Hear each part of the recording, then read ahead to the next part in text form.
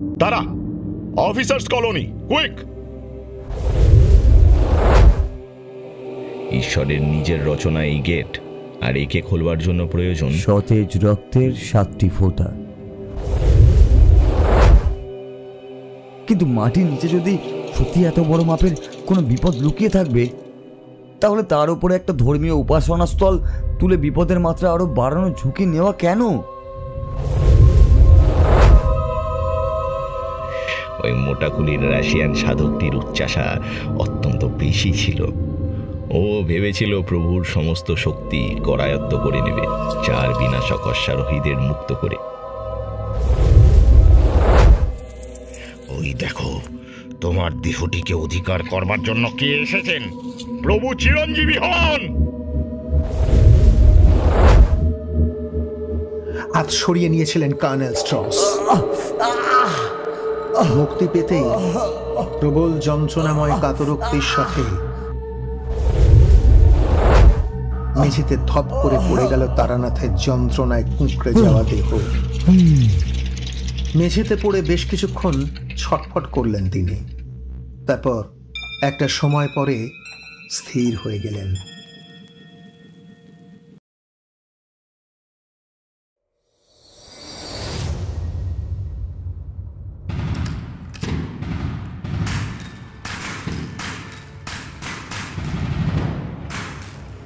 Colonel স্ট্রসের কথা শেষ হবার আগে সবকটি বন্দুক গর্জে উঠল প্রতিটি পিশাচের মাথা লক্ষ্য করে। পরিস্থিতির মোকাবেলা করার সৎসাহস আর অদম্য জেদে অবশেষে সাফল্য এলো।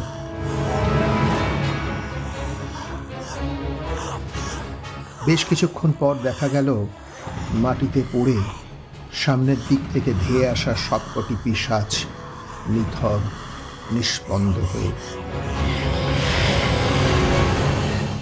বন্দুকে গুলি ভরে নাও সবাই, বেয়োনেট রেডি রাখো। সবাই সুস্থ তো? তাড়াতাড়ি চলো। ভাগ্যিস পিশাচগুলো কাছে আসবার সুযোগ পায়নি, নয়তো একজন ঘাড়ে কামড় খেয়ে গেলে।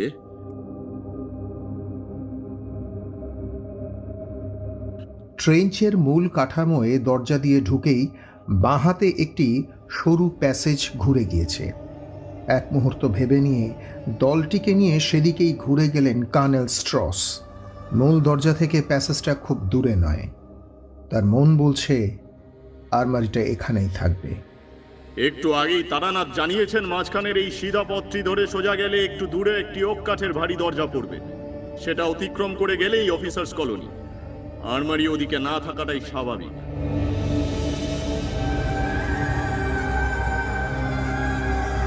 অন্ধকার প্যাসেজটি ধরে কিছু দূর এগিয়ে ডান দিকে ঘুরে বেশ কয়েকটি ছোট কুঠুরি চোখে পড়ল। কাজে লাগতে পারে এমন কিছুই অবশ্য নজরে এলো না সেখানে। অধৈর্য না হয়ে দলটিকে নিয়ে এগোতে লাগলেন কর্নেল স্ট্রস। তার মন এবং অভিজ্ঞতা বলছে লক্ষ্য বেশি দূরে নয়।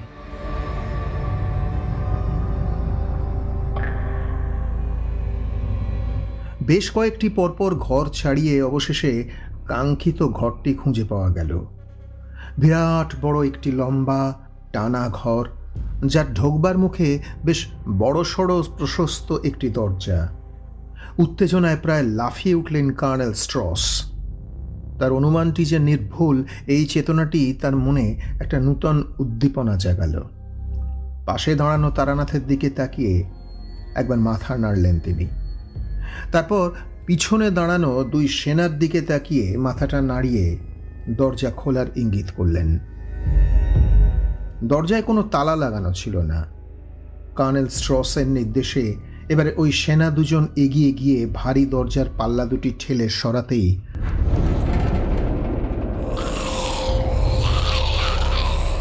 ভয়ঙ্কর গর্জনের সাথে ভেতর থেকে বেরিয়ে এলো 2টি পিশাচ।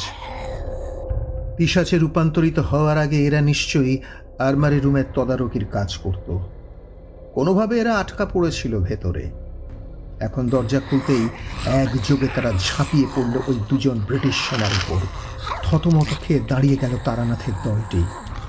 কার্যত অসহায় ভঙ্গিতে দাঁড়িয়ে চোখের সামনে তারা দেখলেন পিশাচদের হাতে মুহূর্তে ছিন্ন ভিন্ন হয়ে গেলেন ওই হতভাগ্য 2 জন।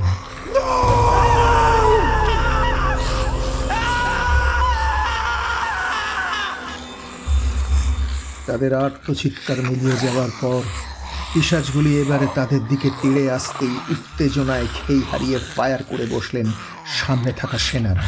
টানেলের দেয়ালে ধাক্কা খেয়ে আরো জোর প্রতিধ্বনিত হলো সেই শব্দ।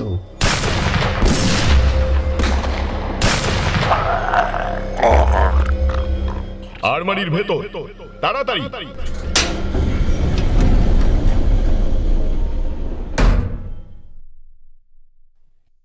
কর্নেল স্ট্রসের অনুমান সঠিক ছিল। ভিতরে ঢুকে ভারী কাঠের দরজাটি বন্ধ করে লোওয়াট বাল্বের আলোয় দেখা গেল ওটা আলমারি বটে। চারিদিকটা দেখে নিয়ে একটা খুশির নিঃশ্বাস ছাড়লেন কর্নেল। তারপর গলা তুলে বিশেষ একটা দিকে নির্দেশ করে বললেন, ওই যে ওই দিকে, ওই ক্রেটগুলিতে দেখো। খুব দ্রুত নিজেদের স্ট্যান্ডার্ড ইস্যু রাইফেলগুলি কাঁধে ঝুলিয়ে নিয়ে ক্রেট থেকে সদ্য বের করে আনা MP-20 সাবমেশিন গানগুলিকে অধিকার করে নিলেন সেনারা। তারানাথ কর্নেল স্ট্রসের সাথে দাঁড়িয়ে দেখছিলেন প্রক্রিয়াটি। এবারে জিজ্ঞেস করলেন, আচ্ছা, এই বন্দুকগুলোর বিশেষত্ব কি কর্নেল সাহেব? এগুলি ভবিষ্যতের যুদ্ধ তারা। রাইফেল দিয়ে অনেক দূর থেকে আগুয়মান সৈন্যকে গুলি মারা যায়, কথা সত্যি, কিন্তু শত্রু কাছে চলে এলে তোমার রাইফেলের বোল্ট টানতে টানতে তুমি শেষ।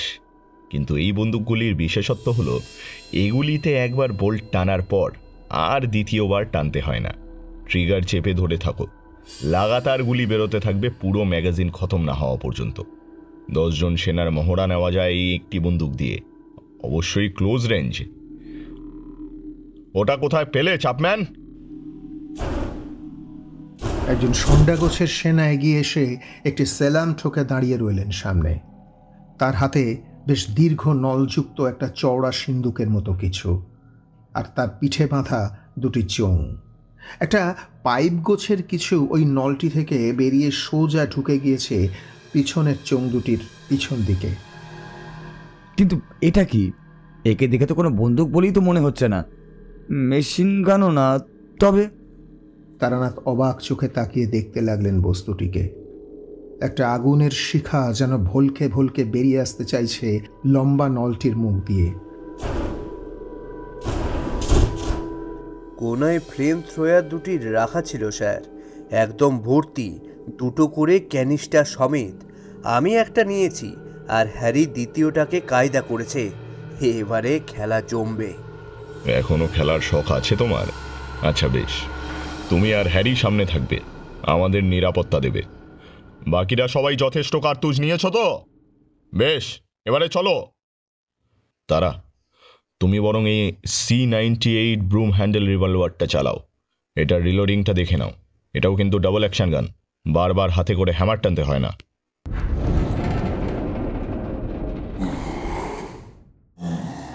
আলমারি থেকে বেরিয়ে মূল দরজার দিক লক্ষ্য করে খানিকটা এগিয়ে আসতেই দেখা গেল সামনে বিপদ দাঁড়িয়ে দুই হাত মেলে। অনেকগুলি পিশাচ এক জায়গায় দাঁড়িয়ে উদ্ভ্রান্তের মতো ঘুরপাক খাচ্ছিল গোল হয়ে। এবারে ব্রিটিশ সেনাদের দলটিকে এগিয়ে আসতে দেখে দু হাত সামনের দিকে বাড়িয়ে মুখ দিয়ে চাপা গোঙানির শব্দ করে এগিয়ে আসতে লাগলো সকলে।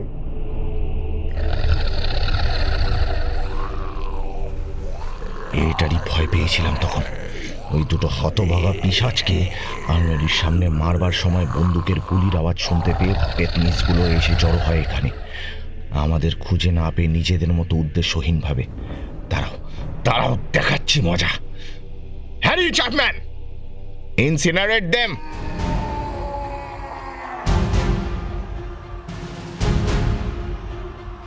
কর্নেল স্ট্রসের নির্দেশ পেয়ে মুখ ক্রূর বাঁকা একটা হাসি হেসে দুই বীর পুঙ্গব এগিয়ে এলো সামনে, নিজেদের হাতে দীর্ঘ নল দুটি সোজা সামনের দিকে বাড়িয়ে ধরে। তারপরেই বিস্মিত তারানাথের চোখের সামনে যেন নরকের এক রাশ আগুন উগরে দিল ভয়ঙ্কর সেই অস্ত্র দুটি। তরল একটা অগ্নিশিখা বেরিয়ে এলো দুটি নলের মুখ দিয়ে। এত তীব্র সেই আগুনের তেজ যে সামনে দাঁড়ানো প্রতিটি শরীর জ্বলে যেতে লাগলো মুহূর্তে। প্রতিটি আগুয়মান পিশাচ ভয়াবহ আর্তনাদের সাথে জ্বলন্ত শরীর নিয়ে পড়ে যেতে লাগলো মাটিতে। যারা একটু কাছে আসতে পেরেছিল তারা মারা গেল সাবমেশিন গানের গুলির ঘায়ে। অবশেষে মৃত্যু এসে অধিকার করল সেই অমৃতদের দেহ।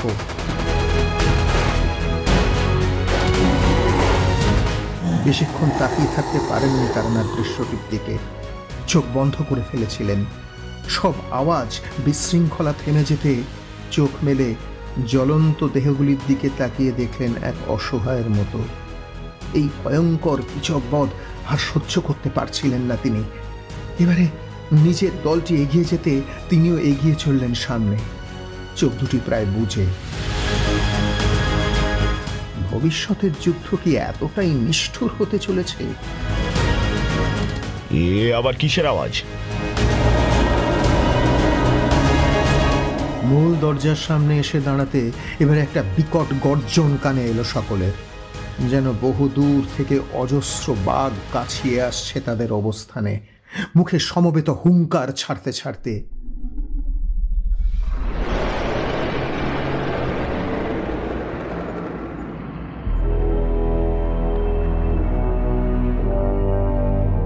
থমকে দাঁড়িয়ে ব্যাপারটা একবার বুঝে নিলেন কর্নেল স্ট্রস। তারপরই আতঙ্কিত স্বরে নির্দেশ দিলেন, তারা অফিসার্স কলোনি, কুইক! ততক্ষণে তারানাথ সহ সকলেই বুঝে গিয়েছেন ব্যাপারখানা। তাদের সমবেত গুলিবর্ষণের আওয়াজ, পিশাচদের মরণকালীন আর্তনাদ, এগুলি সম্ভবত টেনে এনেছে আশেপাশে জড়ো হওয়া পিশাচদের তাদের অবস্থানে। বিরাট দলে কাতারে কাতারে পিশাচ এখন ধেয়ে আসছে তাদের দিকে, সম্ভবত ডান দিক বাঁ দিক দুদিক থেকেই। দাঁড়িয়ে না থেকে এই মুহূর্তে পালিয়ে যাওয়াটাই বুদ্ধিমানের কাজ। এক দৌড়ে এই ট্রেঞ্চের অফিসার্স কলোনিতে ঢুকে পড়তে পারলেই। কোন দিকে তারা? আর কত দূর? সামনেই স্যার, আর কিছুটা দূরেই ভারী দরজাটা। ছুটতে ছুটতে তারা সকলে এসে পড়লেন অফিসার্স কলোনির প্রবেশপথের সামনে। একটু দূরেই দেখা যাচ্ছে ভারী কাঠের দরজাটি, বেশি দূরে নয় সেটি, কিন্তু সর্বনাশ, ওরা আমাদের একেবারে পিছনে এসে গিয়েছে স্যার। আতঙ্কিত গলায় পিছন দিক থেকে কথাটি ভেসে এলো। কয়েকজন সেনা দাঁড়িয়ে পড়ে গুলি ছুটতে শুরু করলো পিছন দিক থেকে ধেয়ে আসা পিশাচদের বড় দলটিকে উদ্দেশ্য করে। কিন্তু পিশাচদের এবারের দলটি কলেবরে এতটাই বড় ছিল যে এই সামান্য প্রতিরোধ বানের জলে খড়কুটোর মতোই যেন উড়ে গেল তাদের আগ্রাসনের সামনে। সবার পিছনের সারিতে থাকা সেনাদের হাতের সাবমেশিন গানগুলির ম্যাগাজিন ফাঁকা হয়ে গেল, কিন্তু আগুয়মান পিশাচদের গতি রুদ্ধ হলো না তাতেও। পড়ে যাওয়া পিশাচদের মারিয়ে গোটা দলটি এগিয়ে আসতে লাগলো সবেগে। বাঁধ ভাঙা জলের মতো ধেয়ে এসে ঝাঁপিয়ে পড়ল তারা ওই কয়েকজন সেনার উপর। মুহূর্তে ছিন্ন ভিন্ন হয়ে গেলেন তারা পিশাচদের হাতে। হ্যারি!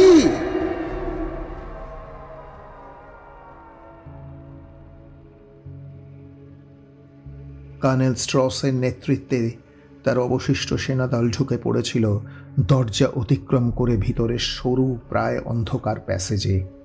চ্যাপম্যানও ছিলেন সেই দলে। এবার পিছনে ঘুরে দাঁড়িয়ে পিশাচদের আগ্রাসনের মুখে নিজেদের বন্ধু হ্যারিকে পড়ে যেতে দেখে আর্তনাদ করে উঠলেন তিনি। হ্যারি অবশ্য চুপ করে দাঁড়িয়েছিলেন না। বিপদের কেন্দ্রবিন্দুতে দাঁড়িয়ে ও সবেগে কথা বলে উঠেছিল তার হাতের ফ্লেম থ্রোয়ার। থমকে গিয়েছিল পিশাচদের দলটা এক টানা অগ্নিবর্ষণের সামনে বেশ কিছুক্ষণের জন্য। ওরা এর মানে আগুনকে ভয় পায়। দাঁড়া ভাই, আমি আসছি। কথাটা বলেই বাইরে ছুটে বেরিয়ে যেতে গিয়েছিলেন চ্যাপম্যান। তাকে চেপে ধরলেন সতীর্থরা। কর্নেল স্ট্রস বললেন, তোমার কি মাথা খারাপ হয়ে গিয়েছে? বাকিটা আর বলা গেল না। ভয়ঙ্কর একটা দৃশ্য বাকরুদ্ধ করে দিল সকলকে। ক্রমাগত এক টানা চলবার কারণে গরম হয়ে গিয়ে হ্যারির হাতের ফ্লেম থ্রোয়ারের ইজেকশন ভালভে হয়তো কোনো গন্ডগোল হয়ে থাকবে। সকলের ভয় পাওয়া চোখের সামনে হঠাৎ বন্ধ হয়ে গেল সেটি। আগুনে ভয় পেয়ে পিশাচদের দলটি পিছিয়ে গিয়েছিল কিছুটা। এবারে আগুন ওগ্রানো থেমে যেতে আবার গুটি গুটি পায়ে এগিয়ে আসতে লাগলো সবকটি মিলে। ঠিক এই সময় কর্নেল স্ট্রস বললেন, দরজার সামনে যারা রয়েছো কভার ফায়ার দাও। মুহূর্তে গর্জে উঠল 3টি MP-20 সাবমেশিন গান। হ্যারির দিকে তাকিয়ে প্রচন্ড জোরে চেঁচিয়ে কর্নেল স্ট্রস বললেন, হাতের কাছে ওটা ছুঁড়ে ফেলে তাড়াতাড়ি এগিয়ে এসো মূর্খ। হাতের ফ্লেম থ্রোয়ারটা ফেলে তাড়াতাড়ি পিঠের ক্যানিস্টারটা খুলে ফেলে দরজার দিকে দৌড়তে গিয়েছিলেন হ্যারি। কিন্তু দুর্ভাগ্য তার, দরজার সামনে দাঁড়িয়ে কভার ফায়ার করতে থাকা এক সেনার গুলি ভুলবশত গিয়ে লাগলো হ্যারির পায়ে। ধপাস করে পড়ে গেলেন তিনি মেঝেতে। আর তিনি পড়ে যেতেই পিছন থেকে 2জন পিশাচ জাপটে ধরল তাকে। বাকিরাও এবার এগিয়ে এসে একযোগে হ্যারির ওপর ঝাঁপিয়ে পড়তেই মাথা নেড়ে সকলকে সরে যেতে নির্দেশ দিলেন কর্নেল স্ট্রস। তারপর দ্রুত হাতে দরজাটি বন্ধ করে দিলেন তিনি নিজের হাতে। একটা ভারী আর্তনাদের রেস থেকে গেল বন্ধ দরজার ওপারে।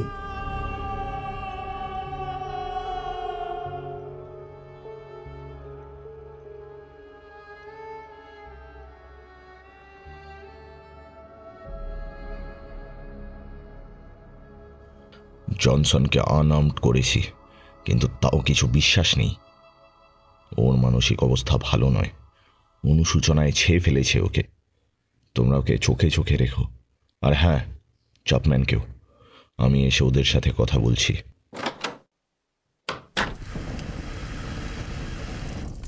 বাইরের প্যাসেজটিকে গার্ড দেওয়া সেনাদের কথাটি বলে তারানাথকে নিয়ে ঘরের ভেতরে প্রবেশ করলেন কর্নেল স্ট্রস। রাসপুটিনের ঘরে ঢুকে মৃতদেহগুলোকে ভালো করে পরীক্ষা করলেন তিনি। তারপর জেনারেল হাইডলারের মৃত মুখের দিকে বেশ কিছুক্ষণ তাকিয়ে একটা দীর্ঘশ্বাস ফেলে তিনি বললেন, এই ব্যক্তি হাইডলারই বটে। একেই দীর্ঘদিন ধরে খুঁজছিলাম আমরা। কাইজারের সেনাবাহিনীতে অকাল্ট ডিভিশনের জনক। এর বেশ কয়েকটি পুরনো ফটোগ্রাফ আছে হেডকোয়ার্টারে। যাই হোক, officially the old Dove is dead for good. এবারে তারা ওই নোটবুকটা কোথায় রাখা বললে? লাল রঙের নোটবইটা তখনও ছিল সেফের ভিতর। সেটাকে বের করে এনে কর্নেল স্ট্রসের হাতে তুলে দিলেন তারানাথ। ফায়ারপ্লেসের আগুনটা নিভে গিয়েছিল আগেই। সেটাকে আবার জ্বালিয়ে ঘরের ভেতরটা আলোকিত করে রেখেছিলেন অগ্রবর্তী সেনারা। এবারে সেটির পাশে দাঁড়িয়ে পুরো নোট বইটি বেশ কিছুক্ষণ ধরে পড়ে নিলেন আগে কর্নেল স্ট্রস। পড়তে পড়তে চোখ মুখ বিস্মিত হয়ে উঠেছিল তার। পড়া শেষ হতে এবারে নোট বইটা বন্ধ করে বুক পকেটে চালান করে তারানাথের দিকে তাকিয়ে বিস্মিত গলায় তিনি বললেন, মাই গুডনেস, এ তো অবিশ্বাস্য। কিছু না বুঝে তারানাথ চুপ করে তাকিয়ে রইলেন কর্নেল স্ট্রসের দিকে। তুমি বুঝতে পারলে না তারা? আচ্ছা, আমি সংক্ষেপে বোঝাতে চেষ্টা করছি।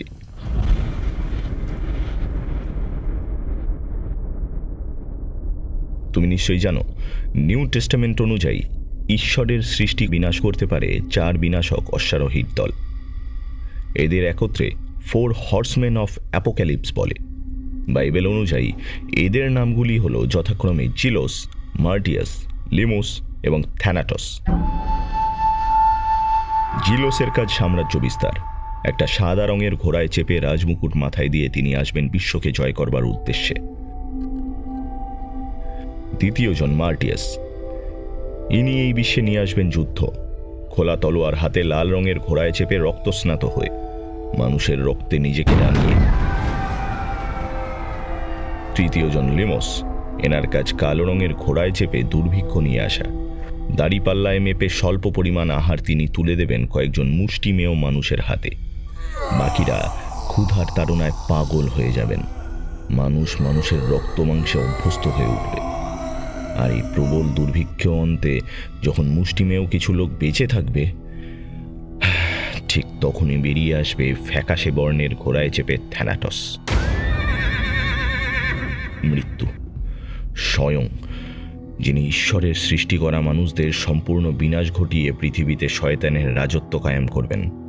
সম্ভবত বাইবেলের রিভিলেশন অধ্যায়ে এগুলি লেখা আছে। ঘটনা কিন্তু এখানেই শেষ নয়।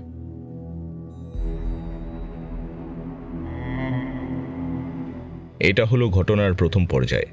এবারে দ্বিতীয় পর্যায় শুরু হওয়ার আগেই একটা কথা বলি, যে গেটগুলির পেছনে এই 4 বিনাশককে আটকে রাখা হয়েছিল, সেই গেটগুলি কিন্তু কোনো সাধারণ গেট নয় যে তালা চাবি খুললাম আর ঘোড়া বেরিয়ে পড়ল খোলা মাঠে ঘাস খেতে। ঈশ্বরের নিজের রচনা এই গেট, আর একে খোলবার জন্য প্রয়োজন সতেজ রক্তের 7টি ফোঁটা।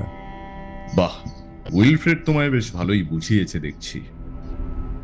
একদম ঠিক, কিন্তু দুঃখের বিষয় তারা মানুষের 7 ফোঁটা রক্তই যথেষ্ট নয়।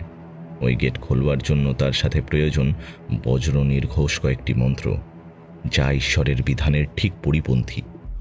ওই মন্ত্র উচ্চারণ করে 7 ফোঁটা রক্ত গেটের গায়ে আটকানো শিলমোহরে দিলে তবেই খুলবে ওই গেট। সম্মতিসূচক ঘাড় দোলালেন তারানাথ। ওই গেট খোলার প্রক্রিয়া তাদের চোখের সামনেই ঘটেছিল। তারানাথ জানেন সেই নিষ্ঠুর প্রক্রিয়াটি। এবারে তিনি জিজ্ঞেস করলেন, মন্ত্র? আচ্ছা, এই মন্ত্রগুলি কোথায় পাওয়া যাবে? তুমি বোধহয় কোডেক্স জিগাস সম্বন্ধে কিছু শোনোনি না? আচ্ছা, সংক্ষেপে বলি শোনো। কোডেক্স জিগাস সম্পর্কে এর আগে কিছুই শোনেননি তারানাথ। বস্তুত শয়তানের ধর্মগ্রন্থ শিরোনামে যে এরকম কোনো গ্রন্থ থাকতে পারে, এ ধারণাটুকুও তার মনের মধ্যে ছিল না। বেশ কিছুক্ষণ এই গ্রন্থটি সম্পর্কে সারসংক্ষেপ বলে নিয়ে এবারে কর্নেল স্ট্রস বললেন, এই গ্রন্থ থেকে 20টি পাতা যে ছিঁড়ে নেওয়া হয়েছিল এ বিষয়ে কোনো সন্দেহ নেই, কিন্তু কবে, কোথায়, কখন চার্চগুলি এই বিষয়ে আশ্চর্যজনকভাবে নীরব। এই বিষয়ে কোথাও কোনো উল্লেখই নেই, যেন গরুতে চেটে সাফ করে দিয়েছে ইতিহাসের পাতা থেকে এই বিস্তৃত অতীতটিকে। ওই 20টি পাতায় কি গ্রন্থিত ছিল সে সম্পর্কেও কোথাও কিছু লেখা নেই।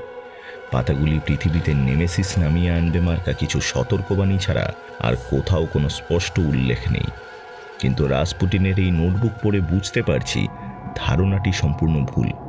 নোটবইটি পড়ে প্রথম যে ব্যাপারটা আমি বুঝলাম, চার্চের বাইরের বিশ্ব ওই 20টি পাতা সম্পর্কে যা জানে সব ভুল।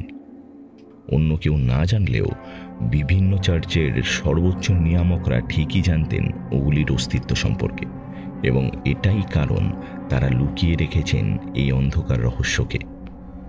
এই ব্যাপারটির রাসপুটিন জানতেন, এবং প্রায় 10 বছর ধরে তিনি ওই পাতাগুলিকে কোথায় রাখা হয়েছে সেই বিষয়ে গোপনে অনুসন্ধান চালান। রাসপুটিনই বা জানলেন কেমন করে যে চার্চ অবহিত এই পাতাগুলির বিষয়ে? উনি নিজেই একজন ধর্মগুরু ছিলেন তারা। এখানে দেখো, নোট বইয়ের এই পাতাগুলিতে স্পষ্ট লেখা হয়েছে কোডেক্স জিগাসের ওই 20টি পাতা ভিন্নভাবে কোথায় কোথায় রয়েছে এবং কটি করে পাতার সেট রয়েছে সেখানে। এখানেই রাইট চিহ্ন দেওয়া লোকেশনগুলি দেখো। এই পাতাগুলি রিট্রিভ করা হয়েছে, আর এই কাজগুলো করা হয়েছে শেষ 2 বছর সময়ের মধ্যে। তার মানে জার্মানদের সাথে রাশিয়ানদের সম্পর্ক আমরা যা ভেবেছিলাম তার চেয়েও। সে তো বুঝলাম কর্নেল সাহেব, কিন্তু কি ছিল এই গুরুত্বপূর্ণ পাতাগুলিতে?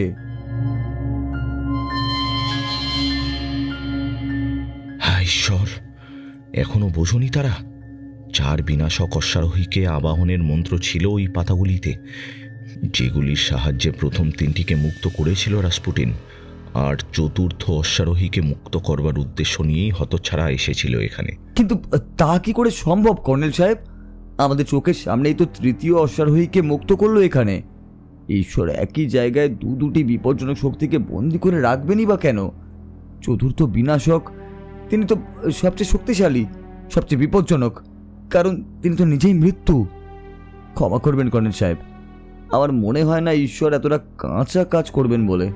এই প্রশ্নের উত্তর এই মুহূর্তে আমার কাছে নেই তারা, শুধু এই নোট বই আর তার থেকে পাওয়া তথ্য ছাড়া। এই দেখো, 6টি পাতার এই সেটটিতে লাল ঠেরা দেওয়া আছে।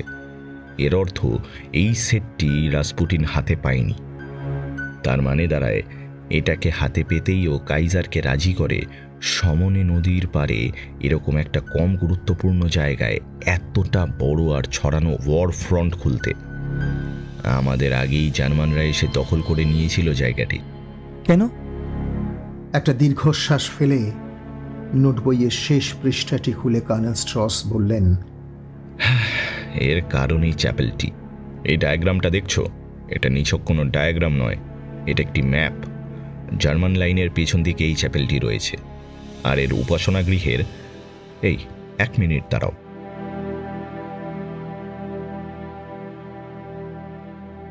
বেশ কিছুটা সময় ফায়ারপ্লেসের গনগনে ধ্বনির আছে ম্যাপটা ভালো করে খুঁটিয়ে দেখলেন কর্নেল স্ট্রস। দেখা শেষ করে তিনি আবার বললেন, এই চ্যাপেলের কেন্দ্রে রয়েছে উপাসনাস্থল।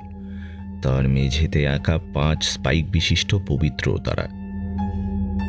ওর কেন্দ্রস্থলে গর্ত খুঁড়ে যেতে হবে নিচে, মাটির নিচে। কিছুক্ষণ কি ভেবে নিলেন কর্নেল স্ট্রস, তারপর বললেন, মাটির নিচের ব্যাপারটাই তো খটোমটো লাগছে। ফ্রান্সের বুকে দাঁড়িয়ে থাকা এই চ্যাপেলটি একটি ধর্মীয় মঠের একটা প্রান্তে ছিল। এর বয়স অবশ্য খুব বেশি নয়। লোকালসদের মতে খুব বেশি হলে মেরে কেটে 100-2 তার বেশি নয়। কিন্তু ফ্রান্সের ইতিহাসে অন্যতম প্রাচীন চার্চটি কিন্তু রয়েছে এর নিচেই। আন্দাজ 200 খ্রিস্টাব্দে তৈরি হওয়া ওই চার্চটি ভয়ঙ্কর দুর্যোগে ভেঙে পড়ে মাটির নিচে চলে যায় 1500 খ্রিস্টাব্দ নাগাদ। ওই প্রাচীন সৌধের সমাধির উপরেই বহু যুগ পরে তৈরি করা হয় ওই নবীন চ্যাপেলটিকে। তাহলে কি ওই প্রাচীন সৌধের বুকেই লুকিয়ে রাখা পাতাগুলো? শেষের কথাগুলি আনমনে বললেন কর্নেল। তারপর ঘোর কেটে গেল তার। তারানাথের দিকে ফিরে তিনি বললেন, ট্রেঞ্চের পেছন দিকে একটি ভাঙাচোরা চ্যাপেলের উপস্থিতির কথা বলছিলে না তুমি? জায়গাটা এখান থেকে কত দূর? তা প্রায় ওই 1 মাইল মতো হবে। রেকর্ড অনুযায়ী ফ্রেঞ্চরা যথেষ্ট রেজিস্ট্যান্স দেয় এখানে। বেশ রক্তক্ষয়ী একটা সংঘর্ষ হয়, কিন্তু জার্মানরা অবশেষে এই অঞ্চলটির দখল নিয়ে নেয়। ফ্রেঞ্চরাও কিছু বলেনি এই বিষয় নিয়ে। এর অর্থ দ্বারায় ওরা কিছু জানতই না।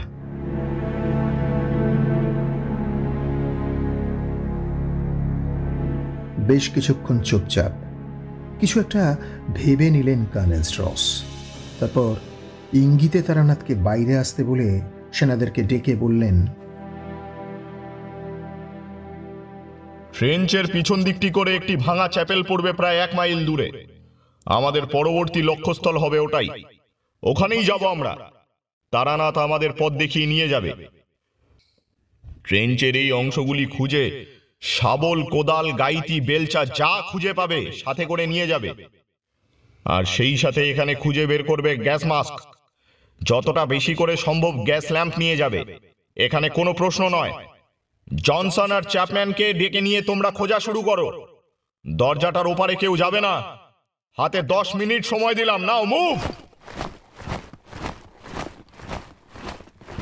বেশ কিছুক্ষণ পর জার্মানদের অভিশপ্ত ট্রেঞ্চটি ছেড়ে পিছন দিক দিয়ে বাইরে বেরিয়ে এলো ব্রিটিশ সেনাদের দলটি। তারানাথকে অনুসরণ করে দলটি এগিয়ে চলল অদূরে দাঁড়িয়ে থাকা ভগ্নপ্রায় চ্যাপেলটির দিকে।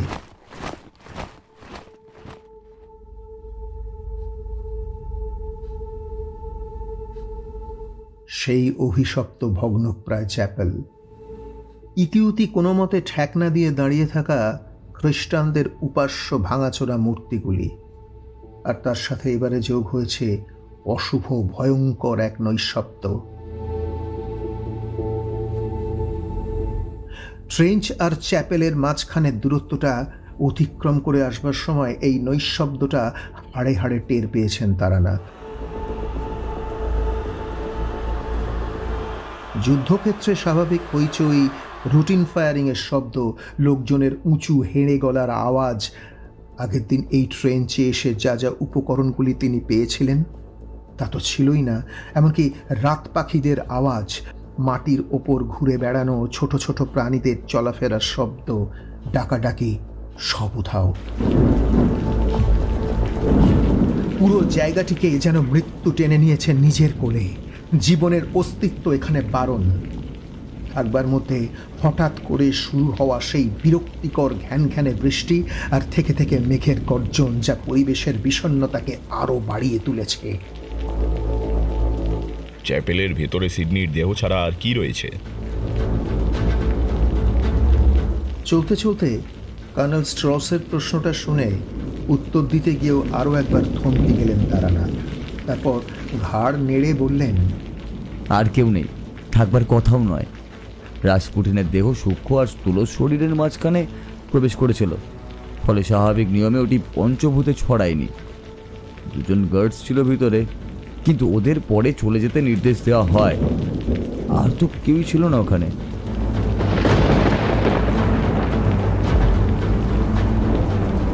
কাছাকাছি কোথাও একটা বাজ পড়ল। প্রচণ্ড শব্দে কেঁপে উঠেছিল ব্রিটিশ সেনাদের দলটি।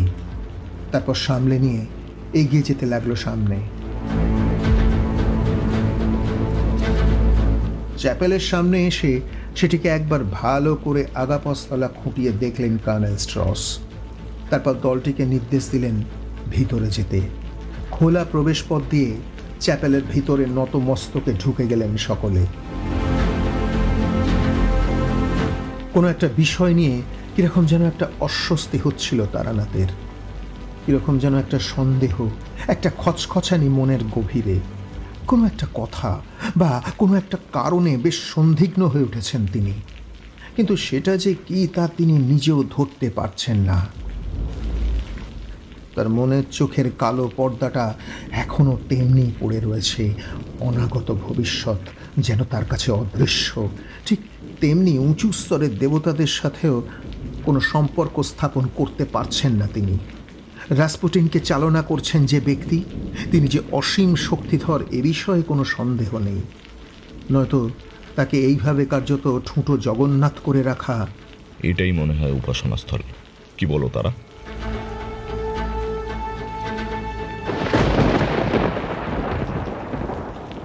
ঘাড় নেড়ে হ্যাঁ বললেন তারানাথ। অদূরে গোল চাতালটায় তখনও পড়েছিল ক্যাপ্টেন রজার সিডনির স্কন্ধকাটা দেহটি। কর্নেল স্ট্রসের নির্দেশে একটি গ্যাস ল্যাম্প জ্বালানোর পর আবিষ্কার হলো সেই দেহ। সেদিকে তাকিয়ে একবার মাথা নাড়লেন কর্নেল স্ট্রস। তারপর দুজন সেনাকে নির্দেশ দিলেন দেহটিকে সাবধানে নিয়ে গিয়ে একটি বেঞ্চির উপর শুয়ে রাখতে।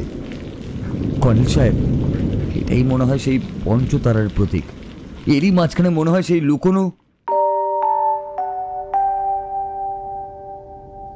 তারানাথের কথা শুনে সেই গোল চাতালের মাঝখানের অংশটা একবার তাকিয়ে দেখলেন কর্নেল স্ট্রস। তারপর পকেট থেকে রাসপুটিনের নোট বইটা বার করে মিলিয়ে নিয়ে ঘাড় নাড়তেই কয়েকজন সেনা এগিয়ে এলো শাবল হাতে। পঞ্চতারাটা যে এখনো অক্ষত রয়েছে এটাই অনেক। এই মাঝখানের গোল অংশটা জুড়ে খোদাই করা শুরু করো, ছোকরার দল।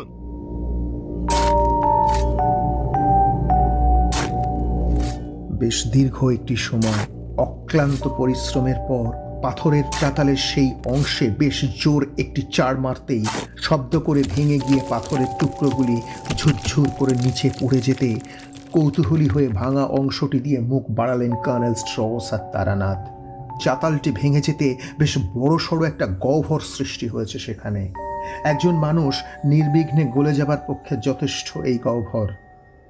নিচে অবশ্য একরাশ অন্ধকার ছাড়া আর কিছুই নজরে এলো না।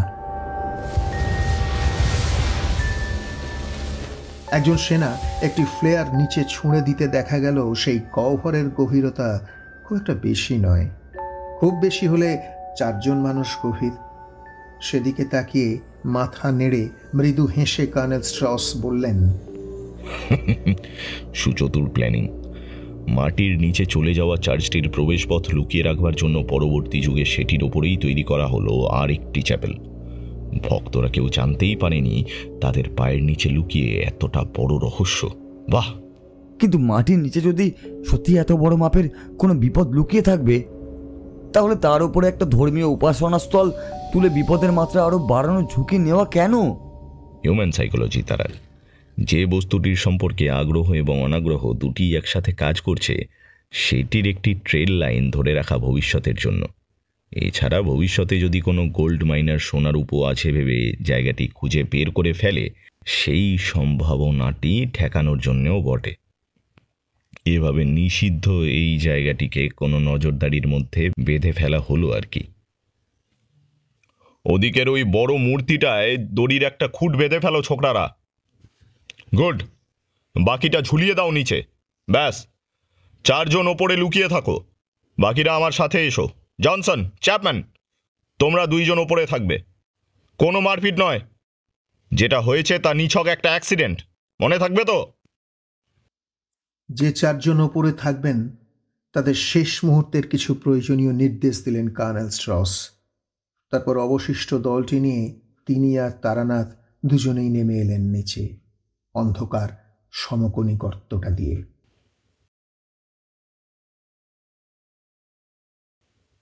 গ্যাস ল্যাম্প জ্বালাও।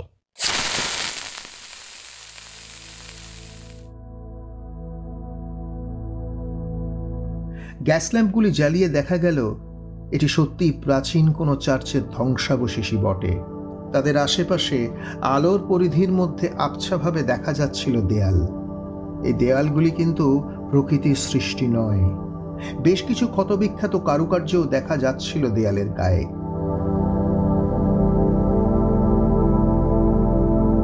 তারা যে অংশটিতে নেমে এসেছেন সেটি বোধহয় এককালে কোনো হলওয়ে জাতীয় কিছু ছিল, কিন্তু চতুর্দিকে ভাঙা পাথরের ছড়ানো ছিটানো টুকরোগুলিতে এর পরিসর এখন সংক্ষিপ্ত হয়ে এসেছে। জায়গায় জায়গায় পাথরের মেঝের পাথর খুলে বেরিয়ে এসেছে মেঝে থেকে, ছাদ ভেঙে নেমে এসেছে নিচে।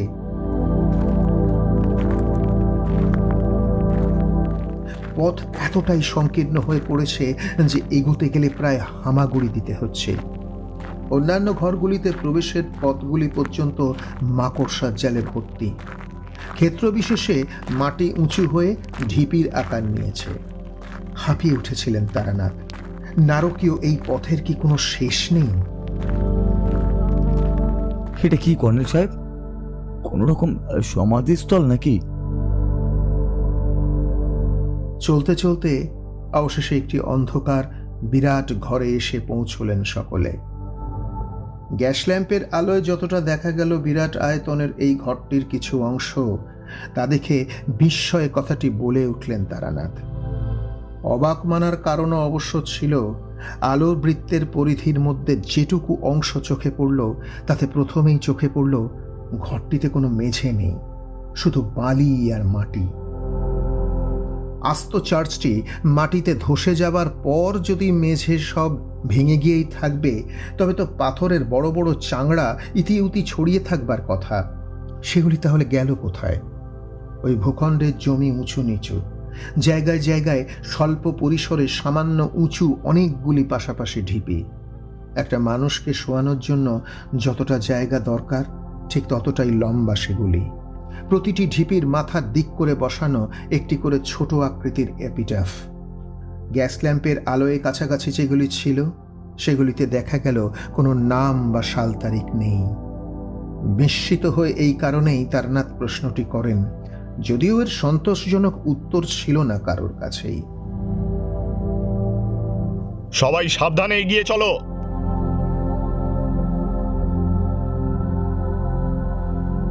সমাধিগুলি তাদের সকলের দুপাশেই বেশ কয়েকটি পংক্তিতে সার বেঁধেছিল। জমাট বাঁধা অন্ধকারে গ্যাস ল্যাম্পের আলোয় যতদূর চোখ যায় সর্বত্র দেখা যাচ্ছিল নামগোত্রহীন এপিটাফগুলিকে। সেগুলির মাঝখান দিয়ে সার বেঁধে এগিয়ে চলেছিলেন সকলে ঘরটির কেন্দ্রীয় অংশের দিকে। কিরকম যেন একটা অমঙ্গলজনক ঠেকছিল গোটা পরিবেশটা সকলের কাছে। একটা পবিত্র জায়গা, একটা চার্চের ভিতর ঢুকে এরকম ভয় লাগবে কেন? হোক না সেই চার্চ এরকম ভাঙাচোরা। অনেকটা পথ টানা সামনের দিকে চলে এসে এবারে গ্যাস ল্যাম্পের আলোয় দেখা গেল অদ্ভুত এক দৃশ্য। ঘরটির কেন্দ্রস্থলে দাঁড়িয়ে বিরাট একটি সুপ্রশস্ত বেদি, আর সেই বেদির মাঝামাঝি জায়গায় সম্ভবত একটি ছোট ঘরের মতো কিছু। অন্ধকারে ওটি কি তা না বোঝা গেলেও যা মনে হলো কষ্টে সৃষ্টে একজন মানুষের জায়গা হয়তো হতে পারে ওই ঘরটিতে। খানদশেক ধাপ বসানো একটি সুপ্রশস্ত সিঁড়ি সোজা উঠে গিয়েছে বেদিতে, আর সিঁড়ির মুখেই বসানো একটি পাথরের বেশ বড় সড়ো চাঙড়। কাছে এসে গ্যাস ল্যাম্পের আলোয় বোঝা গেল অনেকগুলি লাইন খোদাই করা রয়েছে তাতে। এর অর্থ এটি একটি ইনস্ক্রিপশন, পরবর্তী প্রজন্মে হয়তো পূর্বজদের কোনো বার্তা। হরফগুলি ইংরেজি বলেই মনে হচ্ছে, কিন্তু লেখাটা তো ইংরেজি বলে মনে হচ্ছে না। না তারা, এটা ল্যাটিন ভাষা। গ্যাস ল্যাম্পটা একটু উঁচু করে ধরো তো, কি আছে একটু পড়ার চেষ্টা করি। আপনি ল্যাটিন পড়তে পারেন কর্নেল সাহেব? অল্প স্বল্প। দেখি একবার ব্যাপারটা। ইনস্ক্রিপশনটা অনেকক্ষণ ধরে খুঁটিয়ে পড়লেন কর্নেল স্ট্রস। শেষে কিছুক্ষণ পর লেখাগুলি দেখা শেষ করে এবারে পাথরের টুকরোটির সামনে দাঁড়িয়ে মাথা চুলকোতে লাগলেন তিনি। পাশে দাঁড়িয়েছিলেন তারানাথ। উৎকণ্ঠিতভাবে তিনি জিজ্ঞেস করলেন, কর্নেল সাহেব, কিছু বুঝতে পারছি না তারা। এই যা লেখা রয়েছে তা তো অবিশ্বাস্য। এই জড়ভরত পাথরের টুকরোয় খোদাই হওয়া লেখা অনুযায়ী এই গোটা ভূখণ্ডের তৎকালীন ভূস্বামী count Philip Francis Louis Karl নামক কোনো এক আলেমানের সহায়তায় অতি গর্হিত কোনো বস্তু চার্চের তত্ত্বাবধানে গচ্ছিত রাখেন, যা মানব সভ্যতার ধ্বংস ডেকে আনবে তৎক্ষণাৎ। মানব জাতির স্বার্থে চার্চের তৎকালীন বিশপ ট্যাভারিন ওই বস্তুটিকে এখানে লুকিয়ে রাখবার জন্য আশেপাশের 3টি ঘর ভেঙে আয়তনে এই ঘরটিকে বর্ধিত করেন এবং ঘরের কেন্দ্রস্থলে একটি পাথরের বেদি বানিয়ে তার কেন্দ্রস্থলে স্ফটিক পাথরের একটি স্তম্ভ নির্মাণ করেন। ওই স্তম্ভের ভেতরে বস্তুটিকে প্রথিত করে নেন তিনি সর্বাগ্রে, যাতে কোনো অশুভ হাতে তা না পড়ে। এতেই অবশ্য ব্যাপারটি সম্পূর্ণ হয়নি। ওই স্তম্ভকে রক্ষা করবার জন্য আত্মবলিদান দেন শয়ে শয়ে ধর্মপ্রাণ সন্ন্যাসী ও বেশ কিছু খ্রিশ্চান ভক্ত, যাতে চার্চে কোনো অনধিকার প্রবেশ ঘটলে ওই মৃত মানুষগুলি উঠে দাঁড়িয়ে অনুপ্রবেশকারীদের বাধা দিতে পারে বহু যুগের এপারেও। এই চার্চের মেঝে সম্পূর্ণ খুঁড়ে কবর দেওয়া হয়েছে ওদের। তবে আস্ত স্থাপত্যটি মাটির নিচে কিভাবে চলে গেল সেই বিষয়ে কিছু লেখা নেই এতে। খ্রিস্ট ধর্মে, বিশেষ করে ক্যাথলিক ধর্মে তো আত্মহনন মহাপাপ। তাহলে কি সেই কারণ যার জন্য এতগুলো মানুষ প্রাণ দিলেন স্বেচ্ছায়? সেসব এখানে কিছু লেখা নেই তারা। পুরো ব্যাপারটাই কিছু মাথায় ঢুকছে না। স্ফটিকের স্তম্ভ নির্মাণ করে ভেতরে কিছু রাখা, কেউ এত খাটতেই বা যাবে কেন এখানে, যেখানে অপেক্ষাকৃত সহজতর পথ রয়েছে? পুরো বিষয়টা এত ধোঁয়াশাময়। একটা বিষয় তো স্পষ্ট কর্নেল সাহেব, ওই অজ্ঞাতনামা বস্তুটি যা মানব জাতির ধ্বংস ডেকে আনবে, ওটি নিঃসন্দেহে ওই শেষ পাতাগুলি যা রাসপুটিন হাতে পাওয়ার জন্য মরিয়া হয়ে উঠেছিলেন। উনি ওগুলো সরিয়েও নিতেন, কিন্তু দুর্ভাগ্যবশত ব্রিটিশ সেনাদের পাল্টা প্রতিরোধে উনি সঠিক জায়গাটিকে লোকেট করতে পারলেও ওগুলো তুলে আনবার সময় পাননি। পরিবর্তে উনি তৃতীয় ঘোড়াটিকে মুক্ত করে কাজ এগিয়ে রাখেন। এখানে তো ওনার আচরণটাই সন্দেহজনক। কার জন্য? রাসপুটিনের পিছনে কারোর থাকার সম্ভাবনাটি এই কারণে জোরদার হয়ে ওঠে। প্রতিটি ক্ষেত্রে ওর আচরণ সন্দিগ্ধকর। ক্র্যাকেনকে আমাদের বিশ্বে নিয়ে এসে উনি মিত্র শক্তিকে নির্বল করে স্রেফ সময় নিতে চেয়েছিলেন। এটাই বা কার জন্য? আলেমান বা আমাদের দুটো ট্রেঞ্চেই মানুষজন এরকম অকারণে পিছাচ হয়ে উঠলই বা কেমন করে? সব থেকে বড় প্রশ্ন তারা ওই মৃত মানুষদের দল যারা শুয়ে রয়েছে মাটির নিচে এই ঘরে, ওরা জীবিতই বা হবে কি করে? যাক, অতি প্রাকৃতের দিকে এগিয়ে লাভ নেই, বেদির দিকে এগিয়ে যাওয়া যাক। কর্নেল স্ট্রসের করা শেষ প্রশ্নের উত্তরটা অবশ্য খুব তাড়াতাড়ি পাওয়া গেল।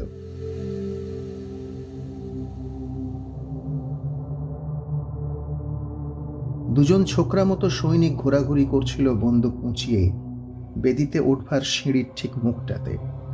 এবারে তারানাথ সহ কর্নেল সাহেবকে সদল বলে এগিয়ে আসতে দেখে তড়িঘড়ি পিছিয়ে গেলেন তারা দুদিকে। আর সেটা করতে গিয়েই তাদের একজনের পা গিয়ে পড়ল আলগা এক টুকরো পাথরের ওপর।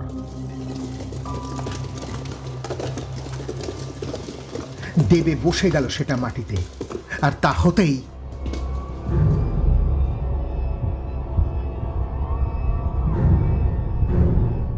ওটা ওটা কিসের শব্দ কর্নেল সাহেব? একটা চাপা গুড়গুড় শব্দে ক্রমশ ভরে উঠেছিল পুরো ঘরটি। ফাঁকা ঘরের বিশাল আয়তনের জন্য শব্দটি যেন গুরুগম্ভীর হয়ে উঠেছিল প্রতি মুহূর্তে। বিস্ময়ে হেঁকে প্রশ্নটি করলেন তারানাথ। উত্তরে কর্নেল স্ট্রস বললেন, বুঝতে পারছি না, শব্দটা যেন মাটির তলা থেকে আসছে না। সকলে হতবুদ্ধির মতো দাঁড়িয়ে পড়ে তাকাতে লাগলেন ইতিউতি। আরো বেশ কিছুক্ষণ এক টানা চলল গুড়গুড় শব্দটা, তার সাথে অস্বস্তিকর কিছু ইলেকট্রিক ছ্যাঁকছক আওয়াজ।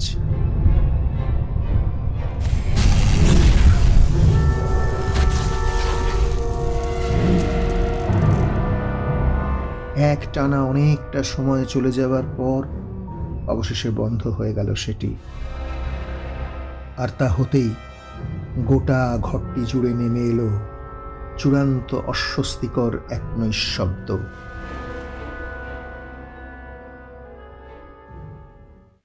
সকলে উঠতে থাকো বেদিতে, আইস শার্প, কুইক।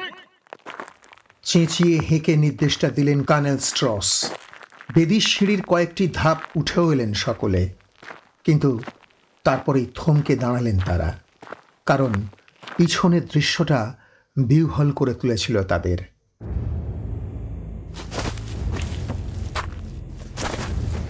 ঘরটিতে উপস্থিত ব্রিটিশ সেনাদের দলটির সকলের চোখের সামনে এপিটাফ সংলগ্ন উঁচু মাটির ঢিপিগুলি খুঁড়ে মাটির তলা থেকে বেরিয়ে এলো অজস্র নরকঙ্কাল, শয়ে শয়ে সার বেঁধে, মুখ দিয়ে অস্পষ্ট চাপা সমবেত ঘড়ঘড় আওয়াজের সাথে। মাথা নিচু করে নড়বড়ে দেহ আর প্রায় খুলে আসা হাত পা গুলিকে যেন ঠিকঠাক জায়গায় বসালো সকলে।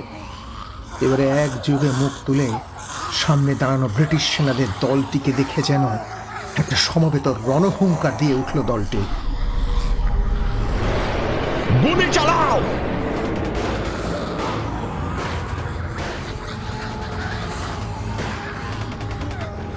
কার্নেল স্ট্রসের মুখ দিয়ে এক রাশ ভয়ের সাথে নির্দেশটি বেরিয়ে আসতেই একযোগে সকলে মিলে ফায়ারিং শুরু করলেন ব্রিটিশ সেনাদের দলটি। পাশে দাঁড়িয়ে স্পষ্ট বুঝলেন তারা না, অন্যদের সাথে সাথে ভয়টা সংক্রমিত করছে তাকেও। ওই প্রায় ধুলো হয়ে আসা কঙ্কালদের দলটির মাটির তলা থেকে উঠে আসাটাই তো সবচেয়ে অদ্ভুত, তাই ওদের ওপর বিস্ফোরা। কালদর্শনের সুবিধাটি গত হওয়ার পর থেকেই অজানা এক পরিণতির আশঙ্কায় ভুগছেন তিনি। কি হতে চলেছে এরপর? তারা কি আদৌ বাঁচতে পারবেন?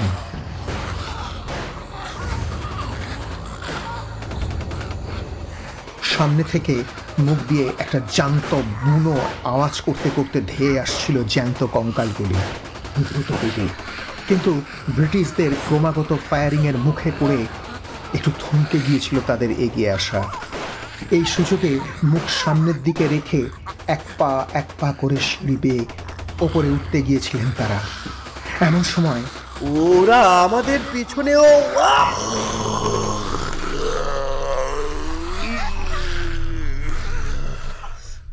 চ্যাপম্যানের প্রবল চিৎকারে তারানাথরা পেছনে মুখ ঘুরিয়ে দেখেন তাদের পিছনে বেদির ওপর থেকেও সার বেঁধে ধেয়ে আসছে এক গুচ্ছ কঙ্কালের দল। এর অর্থ অপর প্রান্ত এরকম বহু সমাধি ছিল। সমাধি থেকে বেরিয়ে ব্রিটিশ দলটির অবস্থান বুঝে বেদির উপরে উঠে এবার কাছিয়ে এসেছে পিছন দিক থেকে। পিছনে সবার শেষে দাঁড়িয়েছিলেন চ্যাপম্যান। বিষয়টি নজরে আসতেই কোনো কথা না বলে হাতের ফ্লেম থ্রোয়ারটি তাদের দিকে ঘুরিয়ে ট্রিগারটা চেপে ধরে থাকতেই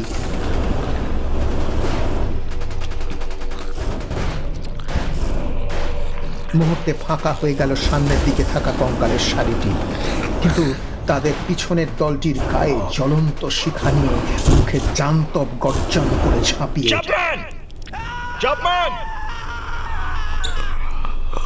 চ্যাপম্যানের হাতের ফ্লেম থ্রোয়ার গরম হয়ে গিয়ে বন্ধ হয়ে গিয়েছিল। সেই সুযোগে তার এবং তার একদম পেছনে দাঁড়িয়ে থাকা তিনজন সেনার ওপর ঝাঁপিয়ে পড়ল কঙ্কালের দলটি। আর তো কিছু চিৎকারের সাথে সাথে স্তব্ধ হয়ে গেল তাদের জীবন। মৃত্যুর আগে অবশ্য একটা ভালো কাজ করে গিয়েছিলেন চ্যাপম্যান।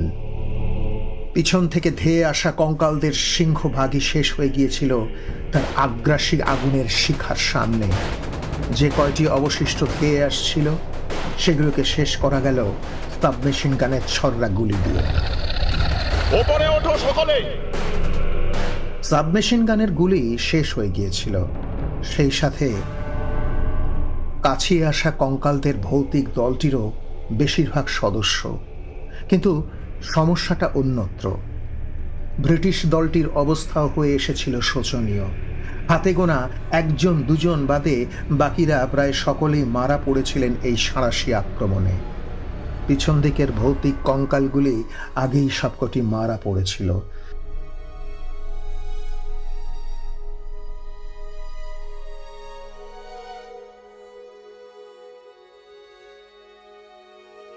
এখন সামনের দিকটাও প্রায় ফাঁকা হয়ে আসতে কর্নেল স্ট্রসের নির্দেশে সকলে উঠে আসতে লাগলেন বেদির সিঁড়ি বেয়ে।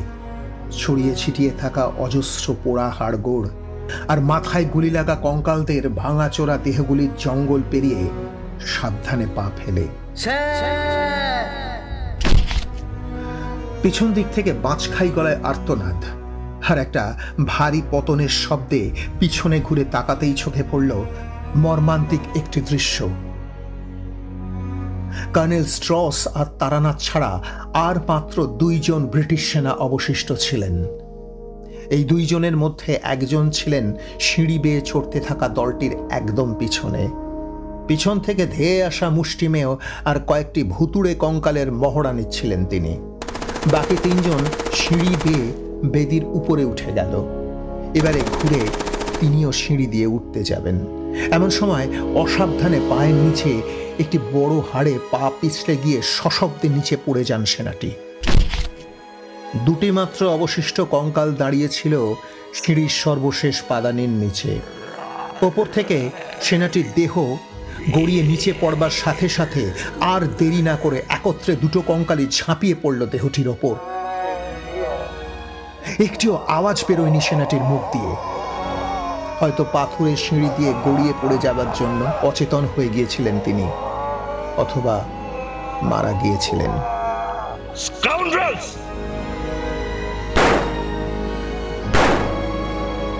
কর্নেল স্ট্রসের হাতের রিভলভারের গুলি বোধহয় শেষ হয়ে গিয়েছিল। ফাঁকা রিভলভারটি কঙ্কাল দুটির দিকে ছুঁড়ে মেরে পাশে দাঁড়ানো তারানাথের হাত থেকে সদ্য রিলোডেড পিস্তলটি এক থাবা মেরে ছিনিয়ে নিলেন তিনি। তারপর বাঘের মতো গর্জন করে কথাটি বলেই পরপর 2টি গুলি ছুঁড়লেন কঙ্কাল দুটিকে লক্ষ্য করে। মাথায় গুলি লেগে সে দুটি পড়ে যেতে এবারে বেশ বড় একটা শ্বাস টেনে তিনি বললেন, ওগুলো মৃত অবস্থাতেই দেখতে ভালো। ঠিক বলেছেন কর্নেল সাহেব, কিন্তু একটা বিষয় খটকা লাগলো। মৃতকে পুনরুজ্জীবিত করা এটা তো একটা উচ্চতর আদি ভৌতিক প্রক্রিয়া। সেকালের চার্চের একজন বিশপ মশাই উচ্চতর এই প্রক্রিয়াটি জানলেনই বা কি করে? কোনো মরণশীল মানুষের পক্ষে তো এই প্রক্রিয়া জানা সম্ভব নয়। Damn the process, I don't care. ওই ভুতুড়ে নরখাদক কঙ্কালগুলিকে যে আবার কবরে পাঠানো গিয়েছে এই ঢের। এখন রহস্য ভেদ করে ঘরের ছেলেরা ঘরে ফিরতে পারলেই ভালো।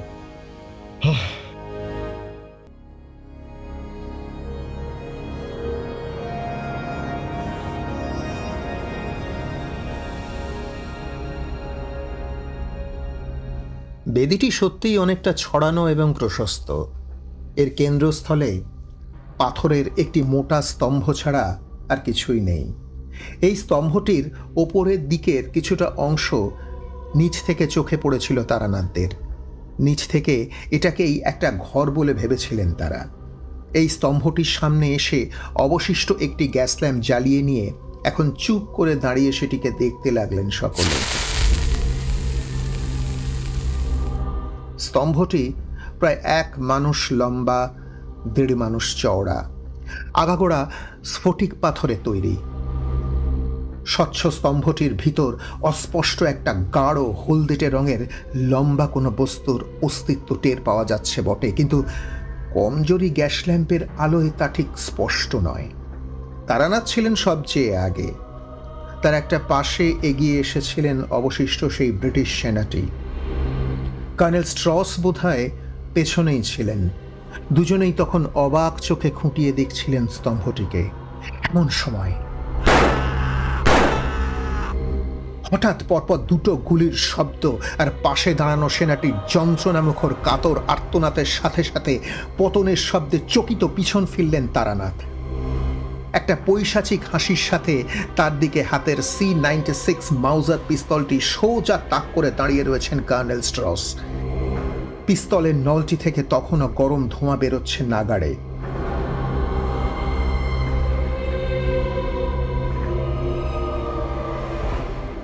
তারানাথ নিরস্ত্র। তার আর করণীয় কিছুই ছিল না।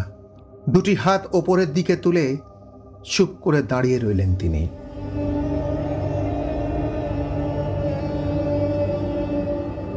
তুমি যে একটা বিশুদ্ধ মোটাখুলির ছাগল, এই বিষয়ে আমার আর কোনো সন্দেহ নেই। কথাটা বলে তারানাথের দিকে রাগী চোখে তাকিয়ে হাতের পিস্তলটা নাচিয়ে একদিকে সরতে বললেন কর্নেল স্ট্রস। সেই মতন স্তম্ভের বিপরীত দিকে সরে মুখোমুখি দাঁড়াতে এবারে কর্নেল বললেন, আলেমানদের ট্রেন্স থেকে ঘুরে এসে স্থূল শরীরে ফিরে তুমি বুঝলে তোমার শরীরে থাকা কাল দর্শনের শক্তি চলে গিয়েছে। কিন্তু ওই একই সময় আমিও যে ট্রেঞ্চে সদ্য প্রবেশ করেছি, এই আশ্চর্য সমাপতনটি তোমার চোখে পড়ল না? বিজয়ীর চাপা উল্লাসের স্বরে কথাগুলি বলে খানিকক্ষণের জন্য চুপ করে গেলেন কর্নেল স্ট্রস। তীক্ষ্ণ চোখে তার দিকে তাকিয়ে রইল তারানাথ। অস্বস্তিকর কয়েকটি নীরব মুহূর্তের পর এবারে তারানাথ জিজ্ঞেস করলেন, যে কর্নেল স্ট্রস আমাকে এখানে নিয়ে আসেন, তুমি তার নও? কে তুমি? বিকট একটি অট্টহাস্য করে উঠল কর্নেল স্ট্রসের অধিকার হয়ে যাওয়া দেহটি। একটানা বেশ কিছুটা হেসে নিয়ে গম্ভীর গলায় তিনি বললেন, তোমার দেহটিকে আমি অধিকার করব ভেবেছিলাম প্রথমে, তারপর ভাবলাম মরণশীলদের তৈরি করা নিয়মের খেলায় তুমি একটা সাধারণ খুঁটি বই, আর তো কিছু নও। তাহলে তোমাকে অধিকার করে ঘোড়ার ডিম লাভটা কি হবে? গতকাল সকালে যখন তুমি কথা বলছিলে অফিসারদের সাথে, তখন আমি ওই ঘরেই ছিলাম লুকিয়ে। সব কিছু দেখলাম, সব কথা শুনলাম, পুরো বিষয়টা বুঝলাম। তারপর তোমার চলে যাওয়ার বেশ কিছুক্ষণ পর এই অভিজাত অফিসারের দেহটিকে কবজা করলাম প্রভুর সম্মতি নিয়ে। চুপ করে শুনতে লাগলেন তারানাথ। কর্নেল স্ট্রস বলে চললেন, ওই মোটাকুলির রাশিয়ান সাধকটির উচ্চাসা অত্যন্ত বেশি ছিল।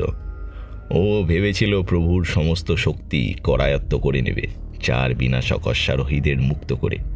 তারপর প্রভুকে হটিয়ে দিয়ে ও একাই রাজত্ব কায়েম করবে গোটা বিশ্বে। মূর্খের স্বর্গে বাস করছিল। রাজপুটিনের কোনো ধারণাই ছিল না যে প্রভু স্বয়ং ওর এই মনোভাব জানতেন এবং আমাকে দায়িত্ব দিয়েছিলেন ওর গতিবিধির ওপরে নজর রাখার জন্য। ওর উদ্দেশ্যটা আমরা অনেক আগেই জানতে পেরেছিলাম। এটাই কারণ তোমার অজান্তে তোমারই সাহায্য নিয়ে ওকে পথ থেকে সরিয়ে দেওয়া, কাঁটা দিয়ে কাঁটা তোলা। এছাড়া আরও একটা উদ্দেশ্য ছিল। স্থির চোখ মেলে সাগ্রহে তাকিয়ে রইলেন তারানাথ। একজন মরণশীল মানুষের পক্ষে কোনো অবস্থাতে সম্ভব নয় মন্ত্রগুলিকে উচ্চারণ করে নিজের জাগতিক দেহ টিকিয়ে রাখা। লোভের বশবর্তী হয়ে রাসপুটিন দীর্ঘদিন আগেই নিজের শরীর ও আত্মা বিক্রি করেছিল প্রভুর কাছে। ওর অপার মানসিক শক্তির আভাস পেয়ে তিনি ওকে একটা পড়ে পাওয়া 14 আনা সুযোগ হিসেবে কাজে লাগান, 4 বিনাশক অশ্বারোহীদের মুক্ত করবার জন্য। কিন্তু মাথামোটা রাসপুটিন একটি তথ্য জানত না, সূক্ষ্ম আর স্থূল শরীরের মাঝখানে বিদেহী স্তরে বিচরণ করলেও 3টি গেট খুলে দিলে ঈশ্বর সেই বিদেহী অনধিকার প্রবেশকারীকে সমূলে বিনাশ করেন। সেটাই ঘটেছে তারানাথ, আর তা সম্পাদন হয়েছে তোমার মাধ্যমে।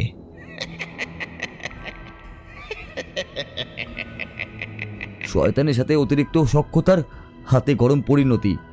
আমি তো নিমিত্র মাত্র। এর জন্য দায়ী সপ্তম স্বর্গের দেবতাদের অমোঘ বিধান আর রাসপুটিনের খেলা ভাঙার খেলার অপরিসীম বাসনা। ঠিক এখানেই আমার উদয়। 3টি দরজা খুলেছে বটে, কিন্তু 4র্থটি না খুললে প্রক্রিয়া সম্পূর্ণ হতো না যে। সেটা করবার জন্যই তো রঙ্গমঞ্চে আসতে হলো। তোমার শক্তিকে প্রথমে লাগাম পড়ালাম, তারপর অদৃশ্য জীবাণুদের আবাহন করে আলেমানদের চলমান পিশাচে পরিণত করলাম। ওরা এসে ইনফেক্টেড করলো ব্রিটিশ সেনাদের। আমার দরকার ছিল এটা জানা, রাসপুটিন মাটির নিচে প্রথিত হওয়া ওই চার্চটিতে ঢোকবার কোনো পথ বের করতে পেরেছে কিনা। পিছনের থ্রেডগুলিকে নির্মূল করে ঢোকবার পথটা আবিষ্কার করবার পরপরই ওই সেনাদের প্রয়োজন মিটে গেল। ভুতুরে কঙ্কালগুলো আমার প্রয়োজন পূরণ করলো। মৃত কঙ্কালদের পুনরুজ্জীবিত করবার প্রক্রিয়া এটি একটি জটিল বৈজ্ঞানিক পদ্ধতি। কোনো মরণশীল মানুষ এই প্রক্রিয়া জানা তো দূর, এই জ্ঞানটিকে ধারণা পর্যন্ত করতে পারবে না। এটা ওই বিষয়ের কীর্তি হতে পারে না। এটা কার কাজ তবে? স্বয়ং প্রভুর। তিনি এই ব্যবস্থাটি স্বয়ং সৃষ্টি করেন। ওই মানুষগুলিকে বহুকাল আগে মেরে মাটির নিচের একটি গুপ্ত চেম্বারে সারিবদ্ধভাবে রাখা হয়েছিল, যাতে প্রয়োজনের সময় এদের রিঅ্যানিমেট করে বহির্শত্রুর আক্রমণ থেকে পৃষ্ঠাগুলিকে বাঁচানো যায়। তৎকালীন বিশপ ট্যাভারিন আমাদের উদ্দেশ্যগুলিকে সমর্থন জানিয়ে আমাদের সাথে নিরন্তর কাজ করে গিয়েছেন। অবশ্য প্রয়োজন ফুরিয়ে যাবার পরে আমি তবে বেঁচে আছি কি করে? তোমার প্রয়োজন এখনো ফুরায়নি বন্ধু, এ তো সদ্য শুরু হলো মাত্র। সূক্ষ্ম শরীরে ওই পাতাগুলি পাঠ করলে গেট খুলবে না, তাই প্রয়োজন একটি স্থূল শরীর। সেই শরীরটি আবার যেমন তেমন শরীর হলে চলবে না, তার নিজস্ব একটি অতিলৌকিক ক্ষমতা থাকতে হবে, নয়তো প্রথম স্তোত্রটি পড়বার সাথে সাথে সেই শরীর ভয়ঙ্কর আগুনে। তা তোমার চেয়ে উপযুক্ত পাত্র রাসপুটিনের পর আর কেই বা আছে এই গোটা মহাযুদ্ধে? সব বেটা তো একে অপরের মাথায় বোমা মারতেই বেশি ব্যস্ত। ভালো কথা, তুমি বোধহয় বুঝতেই পারোনি, তাই না তারানাথ? তোমাকে ঘিরে এত বড় একটা রহস্য দানা পাকিয়েছে। তুমি প্রায় নিখুঁত ছিলে, তবে দুটি জায়গা বাদে। সত্যি সত্যি? কোন দুটি জায়গার কথা বলছো তুমি?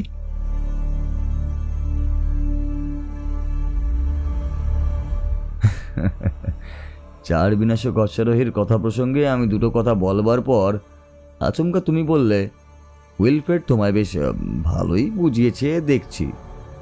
উনি যে কথাগুলো আমায় বলেছেন তা তুমি জানলেই বা কি করে? এমন তো হতেই পারে ওই কিংবদন্তি, যাকে আমি আগে থেকেই জানতাম। তাহলে তুমি এত নিশ্চিত হলেই বা কি করে এই কথাটা উইলফ্রেডই আমায় বলেছে? তাও আমি ধরে নিয়েছিলাম তুমি আন্দাজ করেছ। কিন্তু তোমার দ্বিতীয় প্রশ্নটা আমার সন্দেহ নিরসন করলো। কর্নেল সাহেবের শরীর যে তার নিজের আত্মার অধিকার নেই, এই বিষয়ে আমি নিঃসন্দেহ হলাম। কোন কথাটা?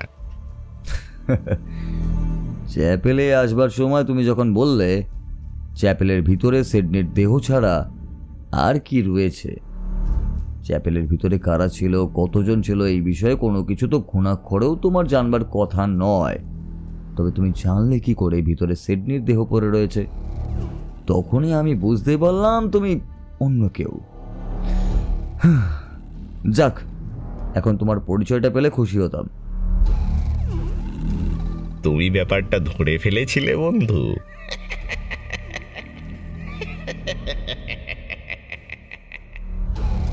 কিন্তু এমন একটা সময় যখন পাশার দান তোমার হাত থেকে বেরিয়ে গিয়েছে, যাই হোক, এত আন্তরিকভাবে যখন জিজ্ঞাসা করলে এই অধমের নাম, পাদ্রি হারমান দ্য রেকলিউস, আমি সেই যার তত্ত্বাবধানে পাণ্ডুলিপিটির রচনা হয়, ওই 20টি মন্ত্র খোদাই করা পৃষ্ঠাগুলি সমেত। আর এখন আমি চাইছি ওই শেষ 4টি পৃষ্ঠা পুনরুদ্ধার করতে, যা পৃথিবীতে নামিয়ে আনবে নতুন স্বর্গ, পরম পূজ্যপাদ প্রভুর যোগ্যতম নেতৃত্বে। পাদ্রি হারমান দ্য রেকলিউস, উনি তো সেই রহস্যময় গ্রন্থাকার। ঘটনাটি তো প্রায় 700-800 বছর আগের। তাহলে উনি এতদিন পরে ফিরে এসে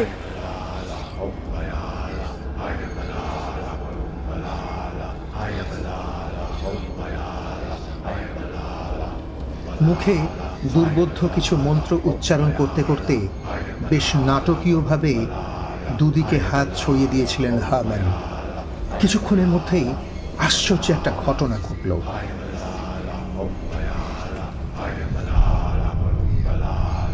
বেদির মাঝখানে যে এক মানুষ প্রশস্ত স্ফটিক স্তম্ভটি ছিল, সেটি যেন হঠাৎ দুলে উঠল কয়েক সেকেন্ডের জন্য।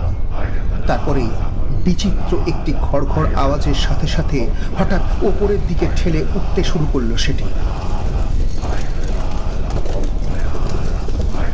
চমকে কয়েকবার পিছিয়ে এলেন তারানাথ। বেদির মাঝখানে লম্বালম্বি একটি সুদীর্ঘ চিড় দেখা গিয়েছে। অসম্ভব দুলছে পায়ের নিচের পাথরের স্থাপত্যটি, আর স্তম্ভ সংলগ্ন অঞ্চলটি ভেঙে চুরে ভেতর থেকে বেরিয়ে আসছে সুদীর্ঘ একটা ক্রুশ।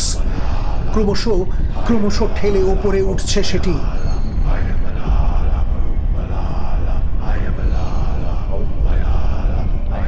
তার সাথে মানানসই বিরাট এক পাথুরে আয়তকার উঁচু সমাধির মতো কিছু। চমকে সামনের দিকে চোখ মুছলে ঢোক গিলে তাকালেন তারানাথ। যে স্তম্ভটি এতক্ষণ দৃশ্যমান ছিল সেটি ওই ক্রুশের ওপরের অংশ, আর ক্রুশটা মনে হলো যেন উল্টোনো নাকি। ক্রুশ কি কখনো ওরকম উল্টো হয়? ওটা কি সমাধির মধ্যে গাঁথা নাকি? মন্ত্রগুলি উচ্চারণ করে গোটা প্রক্রিয়াটি শুরু হবার পর ওইটুকু সময়ের মধ্যেই বেদির ওপর থেকে উধাও হয়ে গিয়েছিল কর্নেল স্ট্রসের দেহটি। এবারে তারানাথ হঠাৎ খেয়াল করলেন অদ্ভুত একটা ঝিঁঝি পোকার মতন শব্দের সাথে সাথে ক্ষীণ একটা মিহি স্পন্দন। হালকা একটা কাঁপুনি ধরেছে সামনের মাটির তলা থেকে উঠে আসা আস্ত স্থাপত্যটি জুড়ে। সেই সাথে মিহি একটা উত্তাপ বয়ে চলা প্রতিটি মুহূর্তের সাথে যেন বেড়েই চলেছে হালকা সেই কাঁপুনি। আরো তীব্রতর হয়ে উঠেছে উত্তাপ।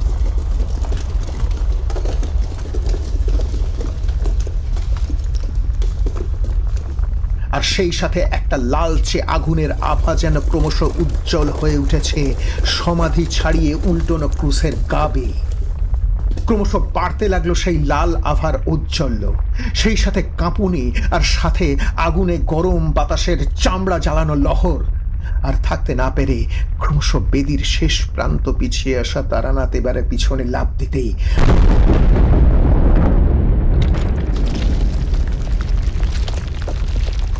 প্রবল এক বিস্ফোরণে যেন শতদা বিভক্ত হয়ে গেল সেই পাথরের ক্রুশ। নিচে থাকা আয়তকার সমাধিটি সমেত ধোঁয়ায় ক্রমশ ঢেকে গেল আস্ত ঘরটি।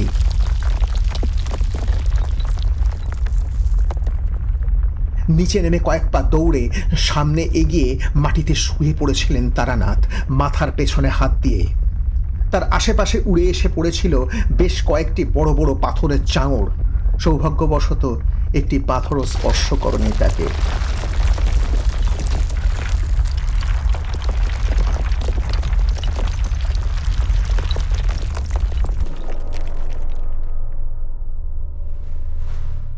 আওয়াজ আর কম্পন থেমে যেতে ধীরে ধীরে উঠে দাঁড়াতে গিয়ে হঠাৎ একটা অস্বস্তিকর অনুভূতির সাথে ধপ করে মাটিতে পড়ে গেলেন। আবার মাথায় একটা তীব্র দুলুনি। বেশ কয়েকটি মুহূর্ত পর তা কেটে যেতে ধীরে ধীরে অনুভব করলেন তারানাথ একটা কালো রঙের পর্দা যেন সরে গেল চোখের সামনে থেকে। স্বচ্ছ দৃষ্টি সোজা সামনের দিকে মেলে বেশ কিছুক্ষণ তাকিয়ে রইলেন তিনি। তারপর উঠতে যেতেই Where are you going, you swine? এক ঝটকায় যেন বাস্তবে ফিরে এলেন তারানাথ। একটা বলিষ্ঠ হাত এসে চেপে ধরেছে তার ঘাড়। কথাটি শেষ হতে বলিষ্ঠ সেই হাতের এক হ্যাঁচকা টানে মাটি থেকে দুর্বল শরীরের টলমল পায়ে উঠে দাঁড়ালেন তিনি। কর্নেল স্ট্রসের দেহ। তিনি পিছন থেকে চেপে ধরেছেন ঘাড়। এখন ওই অবস্থাতেই চিবিয়ে চিবিয়ে তিনি বললেন, ভেবেছিলে ধোয়ার সুযোগ নিয়ে পালাবে, তাই না চাঁদ? তোমার দেহটা না পেলে উপাচার সম্পূর্ণ হবে কি করে? ওই দেখো, তোমার দেহটিকে অধিকার করবার জন্য কে এসেছেন? প্রভু চিরঞ্জীবী হন।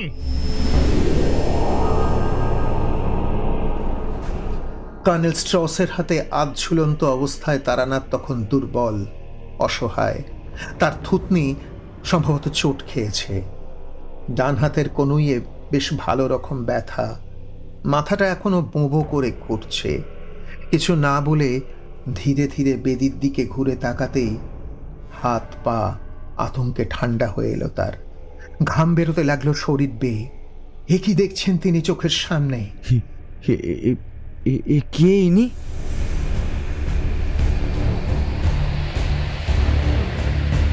তারানাথের সামনে ভাঙাচোরা বিরাট সেই বেদিতে তখন ভেসে উঠেছে সুবিশাল এক অগ্নিময় বায়বীয় পুরুষ দেহ।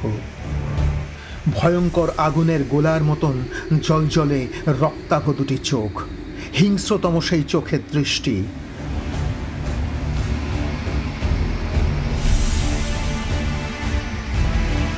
লাল রক্তাভ আগুনের লকলকে শিখায় পাকে পাকে চড়ানো শরীর, দীর্ঘ আঙুল, ভয়ঙ্কর শক্তিশালী বলিষ্ঠ দুটো হাত, আর সেই শরীরে উপস্থিত অবাক করে দেওয়া দুটি বিরাট কালো ডানা, আর মাথায় দুটি ভয় ধারানো খাড়া শিং।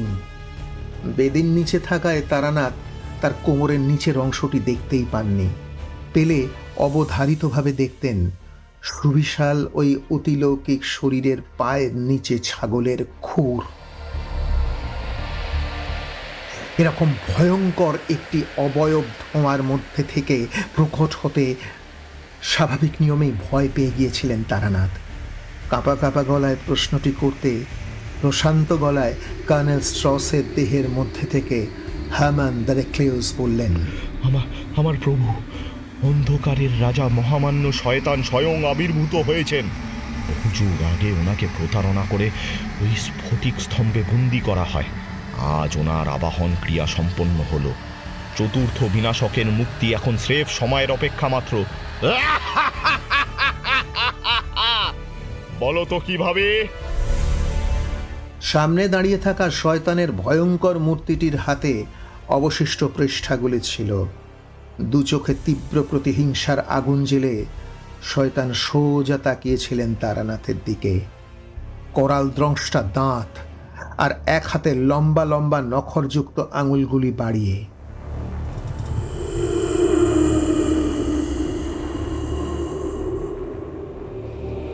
অগ্নিময় সেই চোখের দিকে তাকিয়ে কি যেন ভাবছিলেন তারানাথ। এমন সময় সম্বিত ফেলল হারম্যানের কথায়। প্রভু এখন সূক্ষ্ম দেখি, যেমনটি আগে বলেছিলাম। ওই পৃষ্ঠাগুলি কোনো অবস্থাতেই সূক্ষ্ম দেহে পাঠ করা যায় না, তাই ওনার এখন প্রয়োজন সূক্ষ্ম আর স্থূল স্তরের মাঝখানে থাকা একটি দেহ।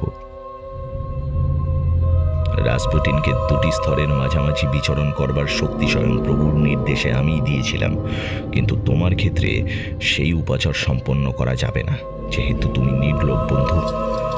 তাই প্রভু সবচেয়ে সহজ আর নির্ঝঞ্ঝাট পথটিকে বেছে নিয়েছেন। উনি তোমার দেহে প্রবেশ করলেই তোমার স্থূল দেহ সূক্ষ্ম আর স্থূল স্তরের মাঝখানে থাকবে, আর তারপর তারানাথের তখন আর কিছুই করণীয় ছিল না। তার শরীরে চোট, দেহ দুর্বল, অবসন্ন, অসহায়ের মতো তিনি ঝুলছেন কর্নেল স্ট্রস থরি হারম্যানের হাতে। বেশ কয়েকবার মাথাটা তার ঘুরপাক খেল অর্থহীনভাবে বিভিন্ন দিশায়। তারপর আত্মসমর্পণের ভঙ্গিতে তিনি হাত ছড়িয়ে দিলেন দুপাশে। দেহের অভিব্যক্তিতে বোঝা গেল কোনো রকম প্রতিরোধ ছাড়াই ধরা দিতে চান তারানাথ তান্ত্রিক। গম্ভীর গলায় দুর্বোধ্য মন্ত্রপাঠ প্রক্রিয়া শুরু করলেন স্ট্রস রূপী হারম্যান।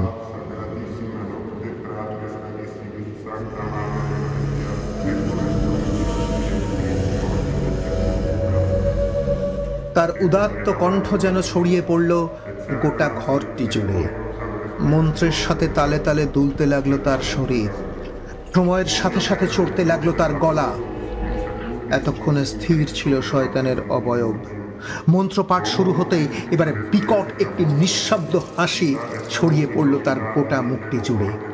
মন্ত্রের সাথে সাথে দুলতে শুরু করে দিয়েছিল তার অবয়বটি, এক টানা ছন্দবদ্ধ একটি লয়ে।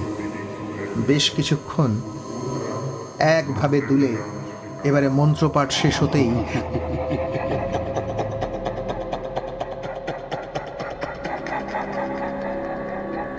কান ফাটানো পৈশাচিক একটি বিকট অট্টহাস্যে যেন ফেটে পড়ল শয়তানের অবয়বটি। তারপর মুহূর্তে সেই দেহ ভীম বেগে একটা কমলা বর্ণের সুবিশাল আগুনের গোলার মতো ধেয়ে এলো তারানাথের দিকে। তিন দুর্বল চোখে সেই দৃশ্য দেখে আঁতকে উঠেছিলেন তারানাথ। কণ্ঠনালী বেয়ে বোধহয় একটি চিৎকার বেরিয়ে আসতে চেয়েছিল তার মুখ দিয়ে, কিন্তু তার আগেই তারানাথের হাঁ করা মুখ দিয়ে সোজা তার শরীরের ভিতর সম্পূর্ণ প্রবেশ করল সুবিশাল সেই কমলা বর্ণের অগ্নিপিণ্ডটি, পিছনে অনেকটা ছড়ানো অগ্নিশিখা সমেত। হাত সরিয়ে নিয়েছিলেন কর্নেল স্ট্রস। মুক্তি পেতেই প্রবল যন্ত্রণাময় কাতরোক্তির সাথে মেঝেতে ধপ করে পড়ে গেল তারানাথের যন্ত্রণায় কুঁকড়ে যাওয়া দেহ। মেঝেতে পড়ে বেশ কিছুক্ষণ ছটফট করলেন তিনি। তারপর একটা সময় পরে স্থির হয়ে গেলেন।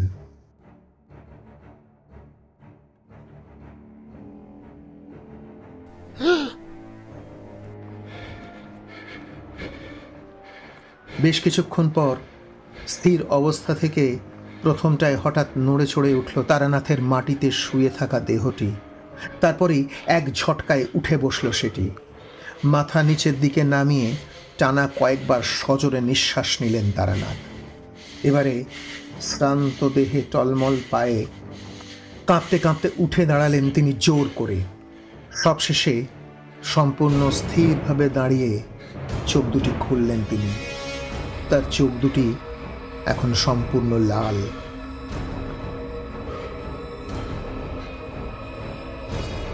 একটা হাত নিজের মাথার কাছে তুলে নিয়ে এলেন তারানাথ। দুটি খাড়া লম্বা শিং অনুভব করলেন তিনি মাথায়। নিজের হাত দুটি মেলে ধরলেন সামনে। অন্ধকারেও স্পষ্ট দেখতে পাচ্ছেন তিনি সবকিছু। তার হাত, তার শরীর রক্তবর্ণ ধারণ করেছে এই কয়েকটি মুহূর্তে। দুর্বোধ্য কিছু অক্ষর যেন ফুটে উঠেছে গায়ে। নিজের শরীরের পিছনে জান্তব একটি লেজের অস্তিত্ব টের পেলেন তারানাথ। সেই সাথে অনুভব করলেন নিজের ভিতরে লুকিয়ে থাকা অপরিমিত শক্তির আকরটিকে। সব বুঝে শুনে এবারে স্থির হয়ে দাঁড়াতে উচ্ছ্বসিত ভঙ্গিতে তার দিকে এগিয়ে এলো কর্নেল স্ট্রসের দেহটা। প্রভু, প্রভু, তিনি এখানে সমাহিত হয়েছেন তোমার শরীরে। আর কোনো চিন্তা নেই। এখন তোমার কণ্ঠ ব্যবহার করে তিনি মন্ত্রগুলি পাঠ করবেন, আর তা করলেই খুলে যাবে চতুর্থ গেট। চতুর্থ তথা ভয়ঙ্করতম অশ্বারোহী বেরিয়ে আসবে বাইরে, নতুন বিশ্ব রচনা করবার জন্য, যাতে রাজত্ব করবেন প্রভু ঈশ্বরের সাম্রাজ্যের বাইরে। তার পায়ের কাছে পড়েছিল শেষ 4টি পৃষ্ঠা। কর্নেল স্ট্রসের দেহটির দিকে একবার তাকিয়ে নিয়ে এবারে ভারী ওজনের সেই পৃষ্ঠাগুলি হাতে তুলে নিলেন তারানাথ। আগুনের ভাব বেরোনো লাল চোখে স্পষ্ট চিনতে পারলেন পৃষ্ঠাগুলিতে গ্রন্থিত দুর্বোধ্য অক্ষরগুলিকে। বেশ কিছুটা সময় নিলেন তিনি। এবারে ধীরে ধীরে যান্ত্রিক উচ্চারণে অচেনা ভাষ্যে কিছু শব্দ, কিছু মন্ত্র গমগম করে বেরিয়ে এলো তারানাথের মুখ থেকে। চলতেই লাগলো সেই মন্ত্র এক টানা।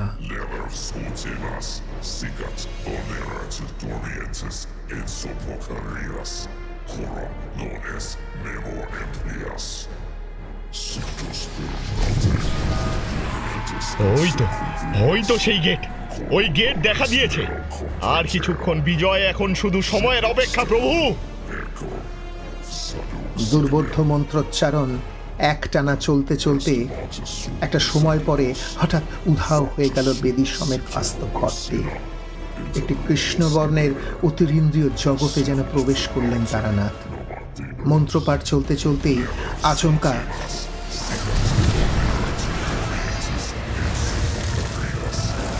আচমকা দেখা গেল মাথার উপরে যেন সৃষ্টি হলো অশুভ ফ্যাকাশে বর্ণচ্ছটার একটি বিরাট গোলাকার দর্পণ, যাতে ফুটে উঠেছিল সাদা বর্ণের বাহারি কারুকার্যময় একটি গেট। এই বন্ধ গেটের পিছন দিক থেকে ধেয়ে আসছিল ক্রুদ্ধ কিছু হ্রেস্বাধ্বনি, আর সেই সাথে রাগী কোনো ঘোড়ার অস্থির খুরের শব্দ।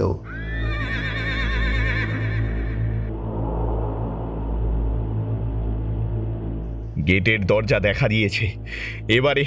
এবারে এটিকে খোলবার পালা। এবার তোমার শরীর থেকে সতেজ রক্ত নিয়ে ওর তালা খুলতে হবে। তুমি সাথে সাথে মন্ত্রোচ্চার।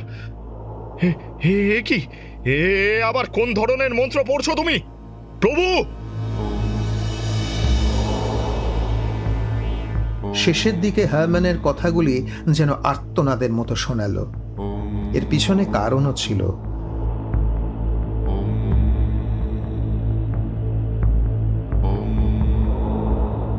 বিচিত্র কোনো লুপ্ত ভাষায় এতক্ষণ মন্ত্রপাঠ করছিলেন তারানাথ, যার সুর আর ধ্বনির সাথে হারম্যান পরিচিত ছিলেন, কিন্তু চতুর্থ গেটটি দর্শনের সাথে সাথে যেন পাল্টে গেল তা।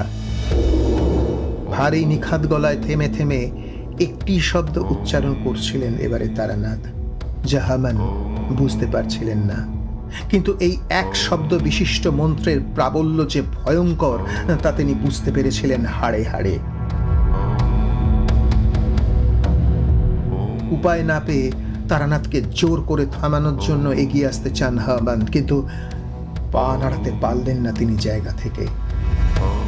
জোর করে পা তুলতে গিয়ে সবিস্ময় লক্ষ্য করলেন হারম্যান পা দুটি যেন আটকে গিয়েছে মাটিতে।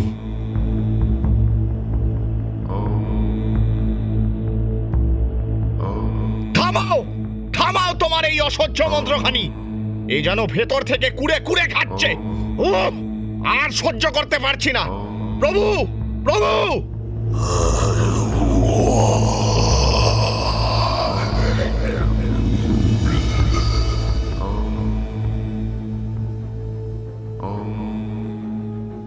আকুলভাবে হারম্যান এক নাগাড়ে ডেকে চললেন নিজের প্রভুকে, কিন্তু একটা ছটফটানি যেন লক্ষ্য করা যাচ্ছিল তারানাথের শরীরের চামড়ার নিচে, যেন আস্ত কিছু জলতরঙ্গ অবিরাম বয়ে চলেছে দেহের নিচে থাকা শিরা উপশিরা বেয়ে। থেকে থেকে তার প্রাবল্যে কেঁপে উঠছে সারা গায়ের চামড়া।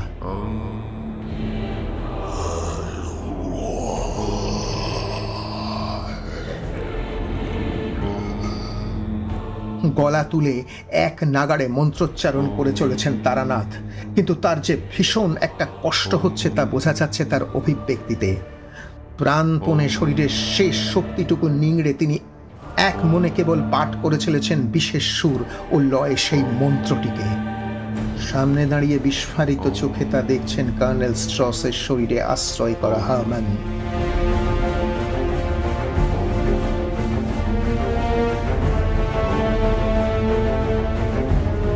দেখতে দেখতে ভিতর থেকে কিছু একটা ফুঁড়ে বেরিয়ে আসতে চাইছিল তারানাথের শরীর ছেড়ে। চামড়ার ভিতরে কোনো একটা কিছুর তীব্র ছটফটানি স্পষ্ট দেখা যাচ্ছিল বাইরে থেকে। প্রাণপণে তারানাথ বাধা দিচ্ছিলেন সেটিকে বেরিয়ে আসতে। এদিকে আকাশের গায়ে ফুটে ওঠা গোল দর্পণের মধ্যে সেই গেট আর ফ্যাকাশে বর্ণচ্ছটা ক্রমশ মিলিয়ে যাচ্ছিল দৃশ্যপট থেকে। সেদিকে একবার তাকিয়ে মেঝেতে আটকে যাওয়া কর্নেল স্ট্রসের পা দুটি ছাড়াতে না পেরে একটা দুঃসাহসিক সিদ্ধান্ত নেন হারম্যান। কিছুক্ষণ পরেই দেখা গেল মেঝেতে ঝপ করে পড়ে গেল কর্নেল স্ট্রসের অচৈতন্য দেহ, আর বাইরে বেরিয়ে এলো কৃষ্ণবর্ণের একটি ছায়া। তারানাথের শরীরে আশ্রয় নেয়া প্রভু শয়তানকে মুক্ত করার জন্য এগিয়ে আসতে গিয়েছিলেন হারম্যান ছায়ারূপ ধরে, কিন্তু তার আগেই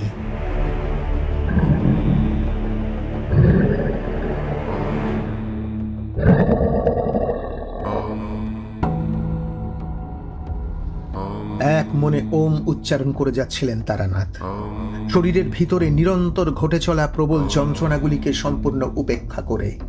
কিন্তু আর পারলেন না। হঠাৎ একটা হেঁচকির সাথে ঊর্ধ্বমুখে হা মুখ করে দাঁড়িয়ে পড়লেন নীরবে। যে গনগনে গরম গলিত লাভা স্রোতে উঠে এলো কণ্ঠনালী বেয়ে, বাইরে বেরোবার পথ পেয়েই সেটি এবারে বেরিয়ে এলো বাইরে। তারানাথ মুখ নামিয়ে তাকালেন সামনের দিকে এবং চমকে উঠলেন।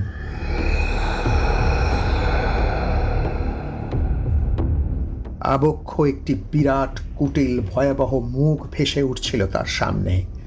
বিশাল সেই কলেবরে পরিব্যক্তি, হিংস্র সেই মুখের অভিব্যক্তি। তারানাথের চোখ তার দিকে ঘুরতেই তীব্র স্বরে ভয়ঙ্কর একটি গর্জন বেরিয়ে এলো অপার্থিব মুখটি থেকে।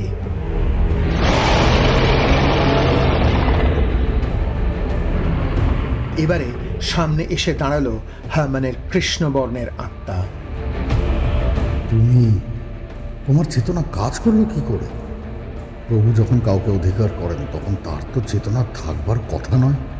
আর ওই মন্ত্র, ওটা কি মন্ত্র ছিল যা প্রভুকে ঠেলে বের করে দিল তোমার শরীর থেকে? শয়তানের সূক্ষ্ম শরীরটি শরীর দিয়ে বেরিয়ে যাবার পরই নিজের স্বাভাবিক আকৃতি ফিরে পেয়েছিলেন তারানাথ। মাথা থেকে খাড়া শিং দুটি উধাও, গায়ের চামড়া স্বাভাবিক, পিছনের লেজ অদৃশ্য। নিজেকে বেশ হালকা ও প্রাণোচ্ছল লাগছিল তারানাথের। এখন সামনে দাঁড়ানো হারম্যানের প্রেত মূর্তিটির প্রশ্ন শুনে স্মিত হাস্য বেরিয়ে এলো তার মুখ দিয়ে। মুখের সামনে শয়তানের বিকট ছায়াময় অবয়বটিকে সম্পূর্ণ উপেক্ষা করে তিনি বললেন, এই অসম যুদ্ধে প্রথম থেকেই তুমি আমার থেকে এক কদম এগিয়ে ছিলে হারমান, এই বিষয়ে কোনো সন্দেহ নেই। আমি শত্রুর ভালো মানুষই মুখটা গোড়ার দিকে চিনতে পারিনি। আমার এই অক্ষমতার কথা স্বীকার করতেও কোনো লজ্জা নেই, কিন্তু হারমান অতি চালাক লোক ও এমন ভুল করে বসে যা তার থেকে আশা করা যায় না। তুমি তোমার প্রভুকে আহ্বান করে নিয়ে এলে আমার মনের ওপর কালো পর্দা ফেলে। তুমি কি ভুলে গেলে যখন বৃহত্তর শক্তির আবির্ভাব হয় তখন তুলনামূলকভাবে ক্ষুদ্রতর শক্তির প্রাবল্যও খর্ব হয়? ঠিক যে মুহূর্তে শয়তান প্রবেশ করলেন রঙ্গমঞ্চে তোমার শক্তিও কমে গেল, আমার মনের ওপর থেকে কালো পর্দাও সরে গেল। তাই তো বিনা বাধায় শয়তানকে নিজের শরীরে প্রবেশ করতে দিলাম, কারণ প্রতিটি অনাগত ভবিষ্যতের সম্ভাবনা বিশ্লেষণ করে দেখলাম ওই একটি সম্ভাবনা বাদে আর সবকটিতে প্রতিরোধ করলে আমার মৃত্যু নিশ্চিত। ওকে আমার শরীরে প্রবেশ করতে দিয়ে এক মনে স্মরণ করলাম আদ্য শক্তি মহামায়াকে, মহান তমসা স্বয়ং, আলোর দেবতাদের জননী, যার শক্তির কাছে অন্য যে কোনো শক্তি তুচ্ছ। তার প্রভাব তো চোখের সামনেই দেখলে। না, তোমার প্রভু ওই বিপুল শক্তির ভর সহ্য করতে পারলেন না, না তুমি স্থূল দেহ নিয়ে নড়তে পারলে।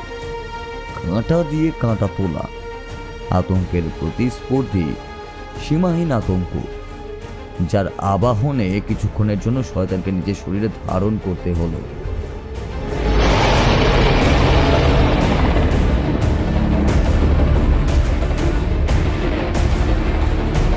তারানাথের কথা শেষ হতেই ভীষণ একটা গর্জন বেরিয়ে এলো শয়তানের হাঁ করা সুবিশাল মুখবিবর্তি থেকে। তারানাথের বুদ্ধির কাছে পরাজয় সহ্য করতে না পেরেই বোধহয় তার এই হতাশ অভিব্যক্তি। ক্রমশ চওড়া হয়ে উঠতে লাগলো তার বিরাট হাঁ মুখ, আর ক্রমশ পিছোতে লাগলো সেটি কোনো এক দুর্নিবার আকর্ষণে। ফিরে যেতে লাগলেন শয়তান কোনো এক গহন অন্ধকারের রাজ্যে পরাজয় স্বীকার করে। কিন্তু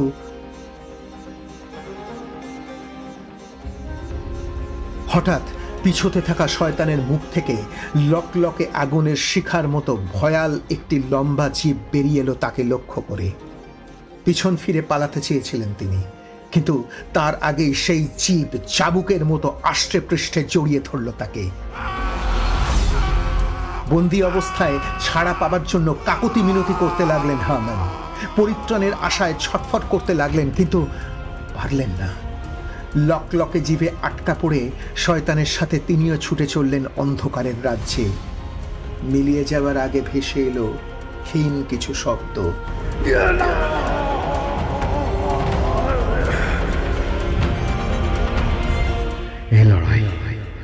এই লড়াই শেষ হয়নি, আমি আবার ফিরে আসবো তোমার সাথে বোঝাপড়ার স্বার্থে। তারানাথ তান্ত্রিক।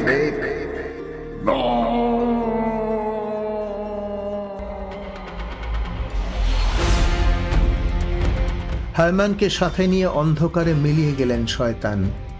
তখনও কানে প্রতিধ্বনিত হয়ে ভাসছিল তার বলার শেষ কথাগুলি। একটু একটু করে এবারে ফুটে উঠল চেনা পরিবেশ, সেই বিরাটাকার মাটির নিচের ঘর, বিশাল সেই ভাঙাচোরা বেদি, হালকা ধুলোর ধোঁয়ায় ঢাকা অন্ধকার, আর একপাশে ধুলোয় পড়ে থাকা কর্নেল স্ট্রসের অচৈতন্য দেহ।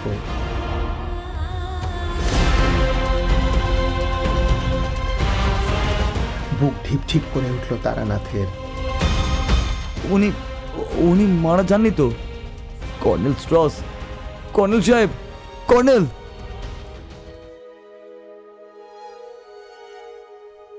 বেশ কিছুটা মুহূর্ত ধরে একটানা ডাকাডাকিতে বেশ কিছুক্ষণ পর কাজ হলো। মৃদু কিছু অব্যক্ত শব্দের সাথে ধীরে ধীরে চোখ মেললেন কর্নেল। সোজা তাকালেন তারানাথের দিকে। থেমে থেমে ধীর গলায় তিনি বললেন, তারানাথ, আমাকে একটু ধরে বসাবে? আর উঠতে পারছি না। কর্নেল স্ট্রসকে ধরে ধীরে ধীরে বসতে সাহায্য করলেন তারানাথ। প্রগাঢ় কয়েকটি শ্বাস ফেলে অবাক হয়ে চারিদিকে কিছুক্ষণ তাকিয়ে রইলেন তিনি। আমি তো অফিসে আমার নিজস্ব কেবিনে ছিলাম, ওয়াশরুমে। এখানে আবার পৌঁছালাম কখন? এটা আবার কোন জায়গা? তোমাকে তো বোধহয় ফিল্ডে পাঠিয়েছিলাম না, উইলফ্রেডের সাথে? আমরা এখন কোথায় বলো তো? আপনি হাঁটতে পারবেন স্যার? হ্যাঁ, তা বোধহয় পারবো। তাহলে চলুন স্যার, এখান থেকে বেরিয়ে আগে আপনাকে কোয়ার্টারে নিয়ে যাই, বা কোনো একটি সুরক্ষিত জায়গায়। আপনাকে যেতে যেতেই সব কিছু বুঝিয়ে বলছি আমি। হ্যাঁ, রাসপুটিন এই বিশ্ব থেকে মৃত, তবে ঘটনাক্রম ও মৃত্যুর সাথে সাথেই শেষ হয়ে যায়নিও, বরং তা ছিল একটি নতুন শুরু মাত্র। আর সব শোনবার পরও আপনি বুঝতে পারবেন যে ঘটনাক্রম এখানেই শেষ হয়ে যায়নি। আমার ধারণা এরকম বিভৎস যুদ্ধ আমরা আরও দেখতে চলেছি, কারণ শেষ বিনাশক অশ্বারোহীর মুক্তি লাভ ঠেকাতে পারলেও 3 জন বিনাশক এখনো মুক্ত ও স্বাধীন হয়ে ঘুরে বেড়াচ্ছে পৃথিবীর বুকে, নেমেসিস নামিয়ে আনবার অপেক্ষায়। আসুন, আপনাকে যেতে যেতে সবটা বলছি। বিরাট আয়তন ঘরের দরজা লক্ষ্য করে ক্রমশ এগিয়ে গেল পাশাপাশি দুইটি দেহ ধীর লয়ে। ক্রমশ মিলিয়ে এলো তাদের পারস্পরিক কথোপকথনের শব্দ। পিছনে পড়ে রইল ভাঙাচোরা একটি বিরাট আয়তন বেদি।